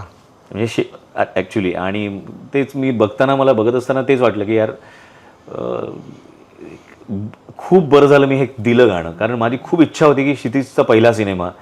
आणि एवढं काम केलं मी आणि क्षितिजने. खरंच सांगतो, आजपर्यंत मी सर्वात जास्त काम केलं असेल, सर्वात जास्त गाणी केली असतील, सर्वात जास्त सिनेमे केले असतील ते क्षितिज बरोबर केले, पटवर्धन बरोबर. आणि माझी खूप इच्छा होती की नाही यार ते त्याचा पहिला सिनेमा आणि माझं गाणं असलंच पाहिजे.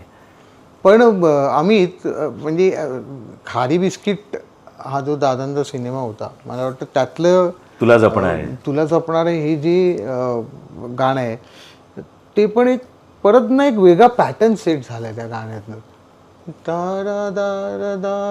तो वर जातो वगैरे. मला वाटतं आदर्शनेच गायलेलं आहे ते. आदर्श आणि रॉन्किनीने गायलंय ते. हा. त्या सिनेमाची गोष्ट खूप गोड होती, भावा बहिणींची कथा. आणि ते पण क्षितिजने लिहिलंय का? हो, क्षितिजने लिहिलं.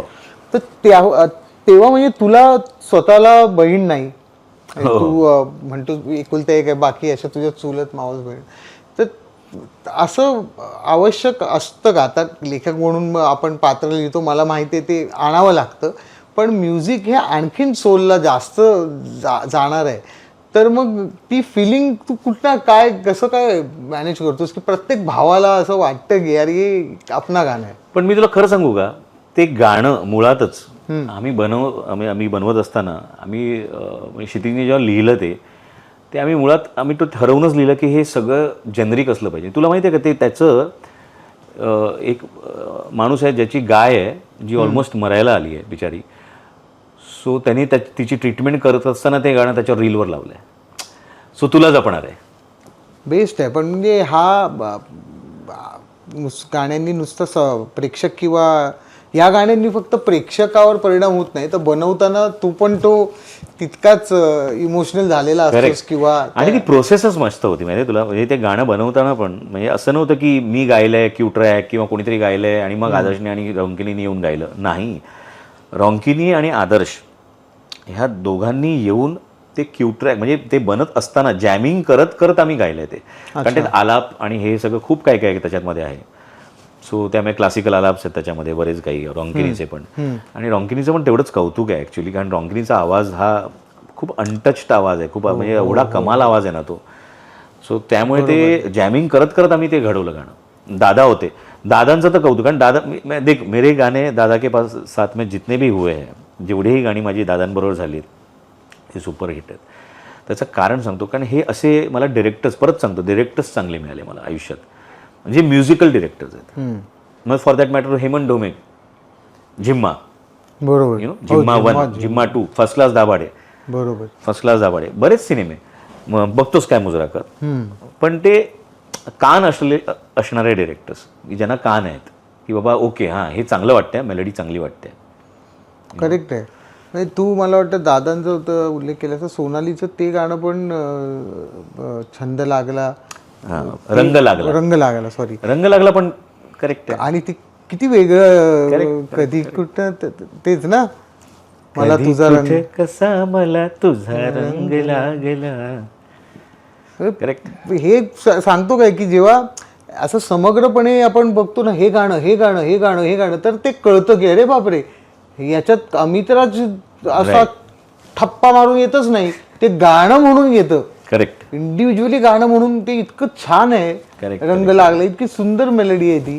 सो मला तुला काही प्रश्न असे विचारायचे की जे आपण पटापट त्याची उत्तरं तू मला सांग की तुला. फक्त त्याच्या आधी मला एक सांगायचं, एक्सपेरिमेंट वाईज ना मला एक्सपेरिमेंट करायला आवडतात. मला एक नवीन गोष्टी काय करू शकतो आपण एक्सपेरिमेंटचं. म्हणजे जसं फॉर एक्झाम्पल हिरकणी नावाचा सिनेमा होता, प्रसाद वॉज अ डिरेक्टर, बरोबर. तर त्यामध्ये शिवराज्याभिषेक गीत आम्ही केलं, जे 8 मिनिटाचं गाणं आहे. हां बरोबर. सो ते कसं केलं की ते मी काय केलं माहिती आहे का, 3 दिवस एक साधारणपणे 25 लोकांचा कोरस माझ्या ऑफिसला सतत येत होता. रोज यायचं आहे. त्या कोरसबरोबर आम्ही रिहर्सल करायचो ओके. 3 दिवस. आणि ते फोक आहे सगळं बऱ्यापैकी. प्लस सोलो सिंगर्स जे आहेत, जे सोलो व्हॉइसेस आहेत त्याच्यामध्ये लीड व्हॉइसेस आहेत, ते पण यायचे. ते आम्ही बसायचो. राजेश सर, प्रसाद ओक सर, आम्ही सगळे एकत्र बसून आम्ही ते रिहर्सल करून मग आम्ही स्टुडिओला गेलो. सो असं नव्हतं की बाबा हां ओके हा एक सिंगर आला, हा गायला निघून गेला, दुसरा आला गायला निघून गेला, असं नाही. पण ते आम्ही मुद्दामून एक्सपेरिमेंट म्हणून काहीतरी वेगळं करूया आणि छान करूया काहीतरी, त्याने ती प्रॅक्टिस घेतली म्हणून ते गाणं एका दिवसात रेकॉर्ड झालं. म्हणजे तुला सांगतो त्याचा रिदम करायला मला 3 दिवस लागले होते.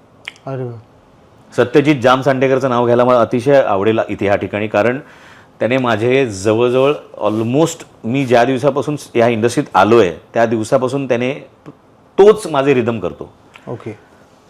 आणि त्याच्याशिवाय मी कुठे करत नाही. आणि तो अप्रतिम रिदम अरेंजर आहे. आणि त्याचा हात म्हणजे त्याचा हात आहे बाई. सो त्याने एक जिद्दीने हे गाणं आम्ही केलं. जसं फॉर एक्झाम्पल ये रे रे पैसाचं टायटल ट्रॅक जे होतं 1चं, सो ते दादांचं प्रत्येक सांगेन मी, दादांची इच्छा होती की ते मला असं वाटलं पाहिजे अमित की ना ते लाईव्ह आपण बघतोय कार्यक्रम आणि लाईव्ह वाजतंय, ओके, तो फील आला पाहिजे. तर ते आम्ही प्रोग्राम केलं होतं, पण ते प्रोग्राम दादांना आवडतच नव्हतं. सो त्याच्यावरती मग आम्ही असं डिसिजन घेतलं, सत्या किंवा आम्ही सगळ्यांनी, की आपण एक काम करूया की लाईव्ह गात असताना लाईव्ह वाजवूया, जेणेकरून प्रत्येक वेळेला एक वजन असतं ना. आता काय होतं, आपण जेव्हा रेकॉर्ड करतो ते रेकॉर्डेड असतं, कारण ते आपण ओके कट पेस्ट करतो. इथे आपल्याला काय होईल, प्रत्येक वेळेला ना हाताचं वजन वेगळं वाटेल, जेणेकरून तो लाईव्हवाला फील येईल, यु नो. सो तसं आम्ही केलं. तर ते आम्ही पूर्णपणे म्हणजे आजच्या जगात असं खूप क्वचित होत असेल, पण हे आम्ही पहिल्यांदा केलं, कारण याच्यातलं ती फॅसिलिटी आहे की आम्ही तिथे सिंगर्ससाठी एक वेगळं आहे, सोलो एक इन्स्ट्रुमेंट असेल तर त्याच्यासाठी एक वेगळं एक चेंबर केलं आहे त्यांनी, एक वेगळं, आणि एक फ्लोअर पूर्ण त्याच्यासाठी की लाईव्ह सगळे. सो आम्ही किती 15-20 ढोल असं सगळं ह्यूज केलेलं तामझाम, आणि तो सगळं लाईव्ह वाजत होता. आणि तसं आम्ही ते गाणं केलं. तर एक्सपेरिमेंट्स करायला जी मजा येते ना, आणि त्यातून असा आउटपुट आला समजा काही, ती एवढी, आणि तो जर सक्सेसफुल झाला तर अजून मजा येते. वा वा. नाही, आणि हा सक्सेसफुल झालाच ना, म्हणजे ये रे पैसाचं म्युझिक पण एक वेगळंच झालेलं आहे. खंडाळ्याचा घाट असो किंवा आला पैसा वगैरे. तर ही मजा तुला तुझ्या कामामधून आम्ही सातत्याने मिळावी असं मला तरी मनापासून वाटतं. एक मला गोष्ट विचारायची जी खरं तर तुझ्यासाठी खूप महत्त्वाची गोष्ट आहे. अख्खं म्युझिक विश्व व्यापून टाकणाऱ्या आशाजी, ज्या आपल्यातनं आता दुर्दैवाने निघून गेल्या, पण वर्सटाईल सिंगर म्हणा, खूप क्लासिकल पण त्यांचं चांगलं होतं, म्हणजे घराण्याचे संस्कार, त्यांच्यासोबत काम करण्याची संधी तुला मिळाली. तुझं गाणं त्या गायल्या, मला वाटतं हिरकणीमध्ये. येस. तर ते काय होतं, मी काय अनुभव होता तो आशा भोसले यांच्यासोबतचा? म्हणजे ना तसं त्यांना माई म्हणायचे सगळे, माई माई माई. आणि जेव्हा असं ठरलं की आपण एक गाणं करूया आईवरती, हिरकणी हा विषयच आईचा विषय असल्यामुळे तिच्या मुलासाठी जे काय ती हे करते, गड कशी उतरते, त्या रात्री कशी उतरली ती, आणि ती मुलाकडे कशी जाते, आणि तर त्यामुळे ते आई हा मूळ काय म्हणतो आपण एक हुक लाईन होती, आणि ती क्रॅक करायची होती. तर आमच्या डोक्यात सिंगर्स खूप येत होते, पण मला असं वाटतं प्रसाद ओक सर आणि मापुसकर सर बोलले की आपण एक काम करूया, असं करू शकतो का की आपण आशाजींना, कारण शी इज अ मदर फिगर सगळ्यांसाठीच आईच्या एका ह्याच्यावर सगळ्या सिंगर्ससाठीच, इनफॅक्ट मी म्हणेन पूर्ण आपल्या आत्ता जे आपले इंडियातले सगळे सिंगर्स आहेत त्यांच्यासाठी ती एक ह्या पोझिशनवर आहे. मी बोललो खूप अप्रतिम आयडिया ही, आणि आपण मग तसं एक गाणं क्रॅक करूया. आणि आम्ही ते गाणं क्रॅक केलं. मला आठवतंय माझ्या आयुष्यात 2 गोष्टी ॲक्च्युली ते टिकमार्क करायच्या होत्या, ज्यातली एक आयुष्यभर राहणार, ती होऊ शकणार नाही, जी लताजी. मला खूप इच्छा होती लताजींबरोबर काम करायची, ते नाही झालं. पण आशाजींबरोबर झालं काम, आणि ते मी तो क्षण विसरू शकत नाही, ज्या दिवशी त्या स्टुडिओत आल्या, ज्या पद्धतीने ते बसल्या, आणि मग ज्या पद्धतीने त्यांनी मला, मी ग्रीट करण्यापेक्षा मी असं म्हणेन त्यांनी मला कसं त्या पद्धतीने कसं हे घेतलं, ग्रीट केलं. मी उलट म्हणेन का, कारण शी वॉज सो वॉर्म, आणि ज्या पद्धतीने त्या सरेंडर झाल्या गाण्याला, मला बोलू की नाही मला कळत नाही, पण त्या जेव्हा गात होत्या त्याच्यानंतर त्यांनी मध्येच एक ब्रेक घेतला आणि त्या बोलल्या सगळ्या लाईट्स बंद करा आणि अर्ध्या तासानंतर आपण परत सुरू करूया. शी स्टार्टेड क्राईंग. त्यांच्या डोळ्यात पाणी होतं, कारण ते आईविषयी गाणं होतं आणि नोईंग हर, त्यांची हिस्ट्री बॅक. तर त्यामुळे त्यांना ते खूप आतून मुलांची आठवण येणं ते सगळं होतं. पण त्यात ते गायल्या, आणि त्याने जे काय गायलं आहे म्हणजे एवढं अप्रतिम त्यांनी, म्हणजे ते प्रॉपर न्याय दिला गाण्याला. आणि माझ्यासाठी ते it was like dream come true असं म्हणू शकतो. पण ते पण खूप खूप उथळ आहे मी बोलणं, हे ड्रीम कम ट्रू. माझ्यासाठी असं होतं की माझी साक्षात माझी काय म्हणतो आपण, ज्याला पूजतो आपण, ती साक्षात माझ्यासाठी ती देवी माझ्यासमोर प्रकट झाली, आणि त्यांच्यावर काम करायला एवढी मजा आली. तू जे पेरलंस ते अशा पद्धतीने तुझं स्वप्नपूर्तीच्या रूपात उगवलं असं म्हणता येईल. आणि मला एक ते बोलल्या गाताना की आम्ही तर हे ना खूप ऑफबीट आहे गाणं.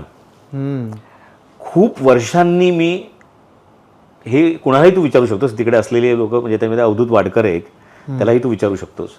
खूप वर्षांनी मी ऑफबीट गाणं गाते आफ्टर R.D. बर्मनजी. अरे, सो ती माझ्यासाठी खूप मोठी पावती होती. बापरे. आणि R.D. बर्मन म्हणजे अजून तुझं एक वेगळाच, अरे मेरा अलग चाबी आहे. अरे बापरे, R.D. Burman. So she sed की मी खूप वर्षांनी असं ऑफबीट गाते गाणं, कारण आतापर्यंत सगळे नॉर्मल गाणी मी गायली आहे, पण त्याच्यानंतर खूप वर्षांनी मी असं गायले, त्यामुळे मजा आली. वा वा वा, सार्थक झालं म्हणतो ते असं आहे. आणि अशा हिंदी किंवा अशा लिजंड लोकांबरोबर ही तू खूप काम केलेलं आहेस. तसं म्हणजे अजून कुठल्या सिंगरला मराठीत तू केलेस काम त्यांच्या? बप्पीदांबरोबर केलं मी गाणं. हां बरोबर, बप्पीदांबरोबर मी गाणं केलं. गाण्याचं नाव शोधू जरा कोपच्या. जरा कोपच्या, हा बरोबर ते. सो बप्पीदांबरोबर केलं. बप्पीदांबरोबरचा एक वेगळा अनुभव होता. बप्पीदांच्या घरीच स्टुडिओ असल्यामुळे बप्पीदांनी आम्हाला घरी बोलवलं. तिथे त्यांनी गाणं रेकॉर्ड केल्यानंतर रेकॉर्डिंग हे लवकर झालं, पण त्यानंतरचे त्यानंतरचा जो वेळ होता ना, तो खरंच माइंड ब्लोईंग, अविस्मरणीय. कारण त्या रूममध्ये आम्हाला ते घेऊन गेले जिथे ते सिटिंग करायचे त्या काळात, आणि जिथे बच्चन साहेब, मिथुनदा तिथून ते बोलले मिथुनदा इथे हे डान्स करायचे आणि आम्हाला दाखवायचं की ही स्टेप आहे वगैरे. आणि तिथे त्याच रूममध्ये मायकल जॅक्सन त्या रूममध्ये येऊन गेलेले, त्याचे फोटो होते त्या रूमचे. म्हणजे आणि त्या एनर्जी, त्या रूमची एवढी अप्रतिम एनर्जी होती ती.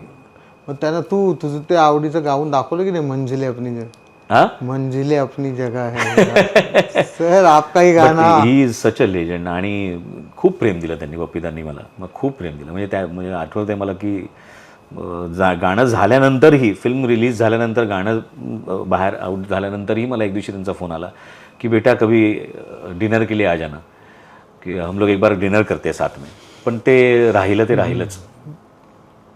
म्हणजे तू मोठमोठ्या लोकांबरोबर त्यांच्या काय म्हणतात, त्यांच्यासुद्धा सोलपर्यंत पोचलायस, जसं प्रेक्षकांच्या सोलपर्यंत पोचतोस.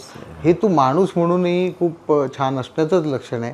आणि तुला मी काही फटाफट प्रश्न नेहमीचे आपले असतात ते विचारतो, जे त्याची तू लवकर फटाफट उत्तरं द्यायची.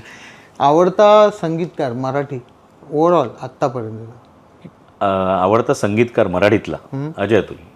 वा, क्या बात. अजय अतुलचं स्पेसिफिक काय आवडतं तुला? They are always inspiration to me. कारण मेन परत तेच सांगेन, मेलडी, अप्रतिम मेलडी. म्हणजे त्याला काही हेच नाही. म्हणजे मला राजीव पाटील सर मला सांगायचे की अरे आम्ही जोगवामधलं जीवरंगला हे जे गाणं होतं ते आम्ही कसं शूट केलं आहे. कारण तेव्हा फक्त आणि फक्त अजय सरांच्या आवाजात ते फक्त रेकॉर्डिंग आलेलं त्याला. काठीमागे काही नव्हतं, अरेंजमेंट नव्हती, काही नव्हतं. सो त्या मेलडीची ती ताकद आहे मला असं वाटतं. यु नो की melody, Ajay Atul is melody and what I learn from them is melody. मला असं वाटतं की मेलडी स्ट्रॉंग असली की सगळं छान वाजतं. हिंदी ओव्हरऑल आतापर्यंत प्रीतम. वा, हे तू आता सांगतोय, आता ते सांगतोय, मागचेही सांगू शकतो सर, जुन्यातले बाबा. अच्छा. जसं आरडी. अच्छा मग बर्मंदा ऑफकोर्स, ते त्याला काही तोडच नाही. बर्मंदांचं हे बर्मंदा, आरडी बर्मंदा हे गाणं म्हणजे असं बर्मंदा आणि अरे असं आपण असं बोलूच शकत नाही की बर्मंदांचं एक गाणं कुठलं तरी सांग, चान्सच नाही यार. बर्मंदा.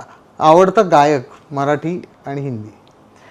मराठीतला सध्या Adarsh Shinde, no doubt about it. आणि हिंदीमध्ये डेफिनेटली अरिजित सिंग.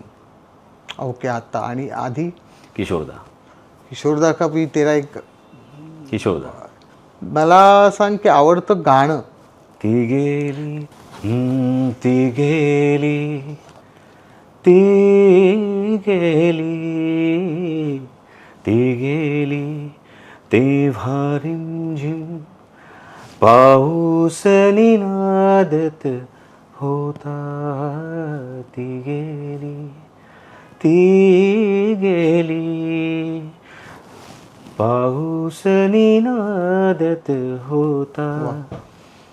ती आई होती म्हणून, ती आई होती म्हणून, घन व्याकुळ मीही रडलो, घन व्याकुळ मीही रडलो. ती आई होती म्हणून, घन व्याकुळ मीही रडलो. त्यावेळी वारा सावध, त्यावेळी वारा सावध, पाचोळा उडवित होता. ती गेली ती गेली ती गेली.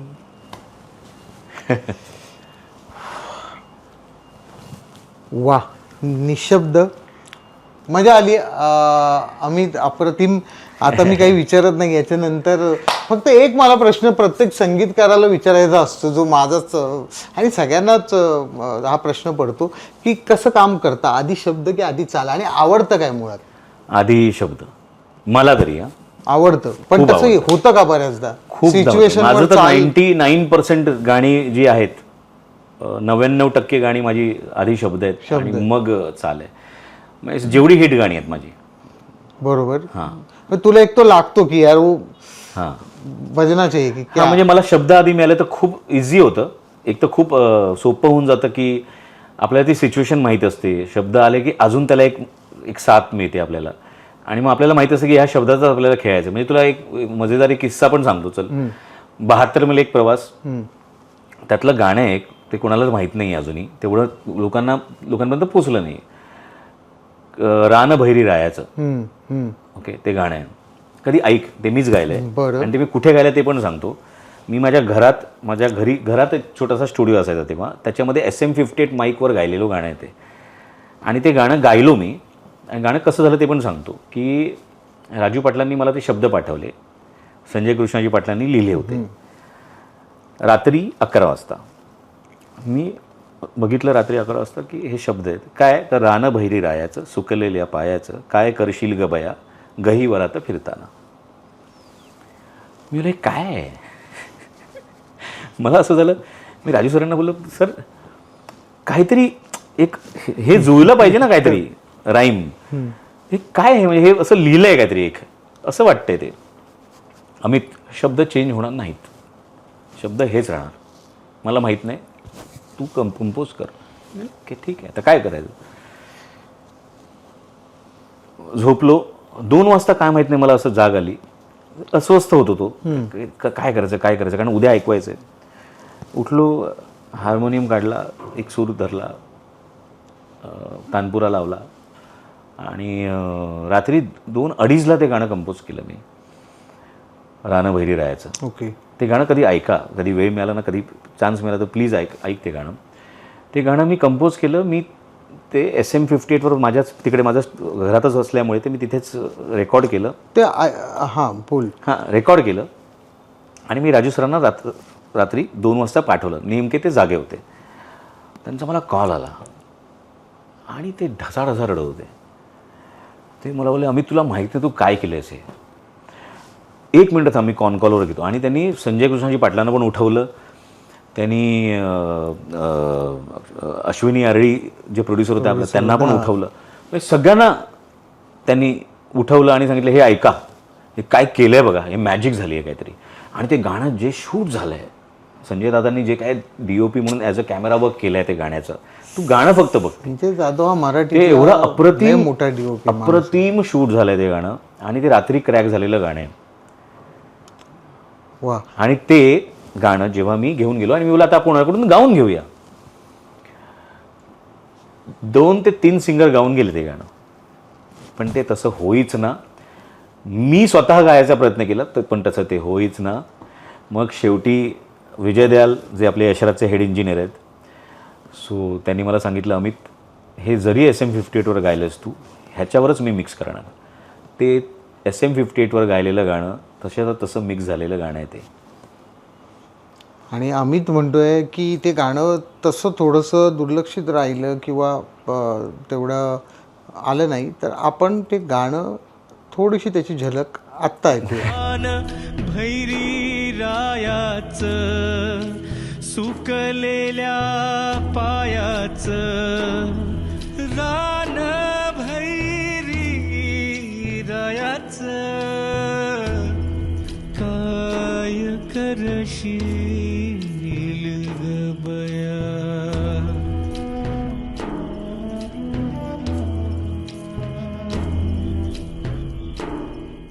वा, क्या बात आहे. खरंच सुंदर गायलेलं आहेस. आणि म्हणजे पहिल्या सिनेमाचं गाणं या पद्धतीचं असावं तुझ्या, आणि ते पण रात्री अचानक शब्द यावेत, इतके अवघड शब्द यावेत, त्याच्यामध्ये फ्रेंडली असं काहीच नाही आहे.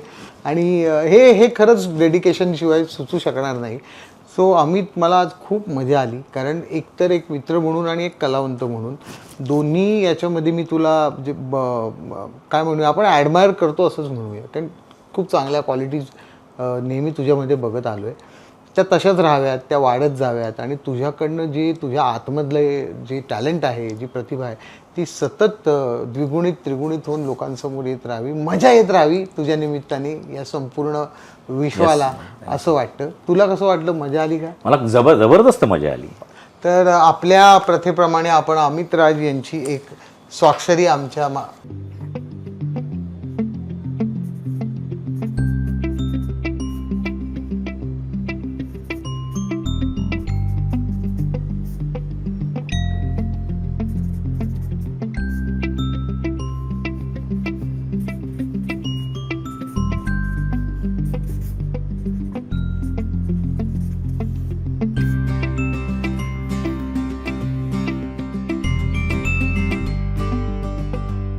तर मंडळी, आज अमित राज याच्यासोबत आपण खूप गप्पा रंगवल्या, एकंदरीत त्याचा प्रवास जाणून घेतला, म्युझिकबद्दल त्याला काय वाटतं ते जाणून घेतलं, आणि त्याने मराठी इंडस्ट्रीमध्ये इतक्या विविध पद्धतीच्या म्युझिकल गोष्टी केलेल्या आहेत, आणि तो अजूनही करतो आहे, त्याच श्रद्धेने आणि इमानदारीने करतो आहे.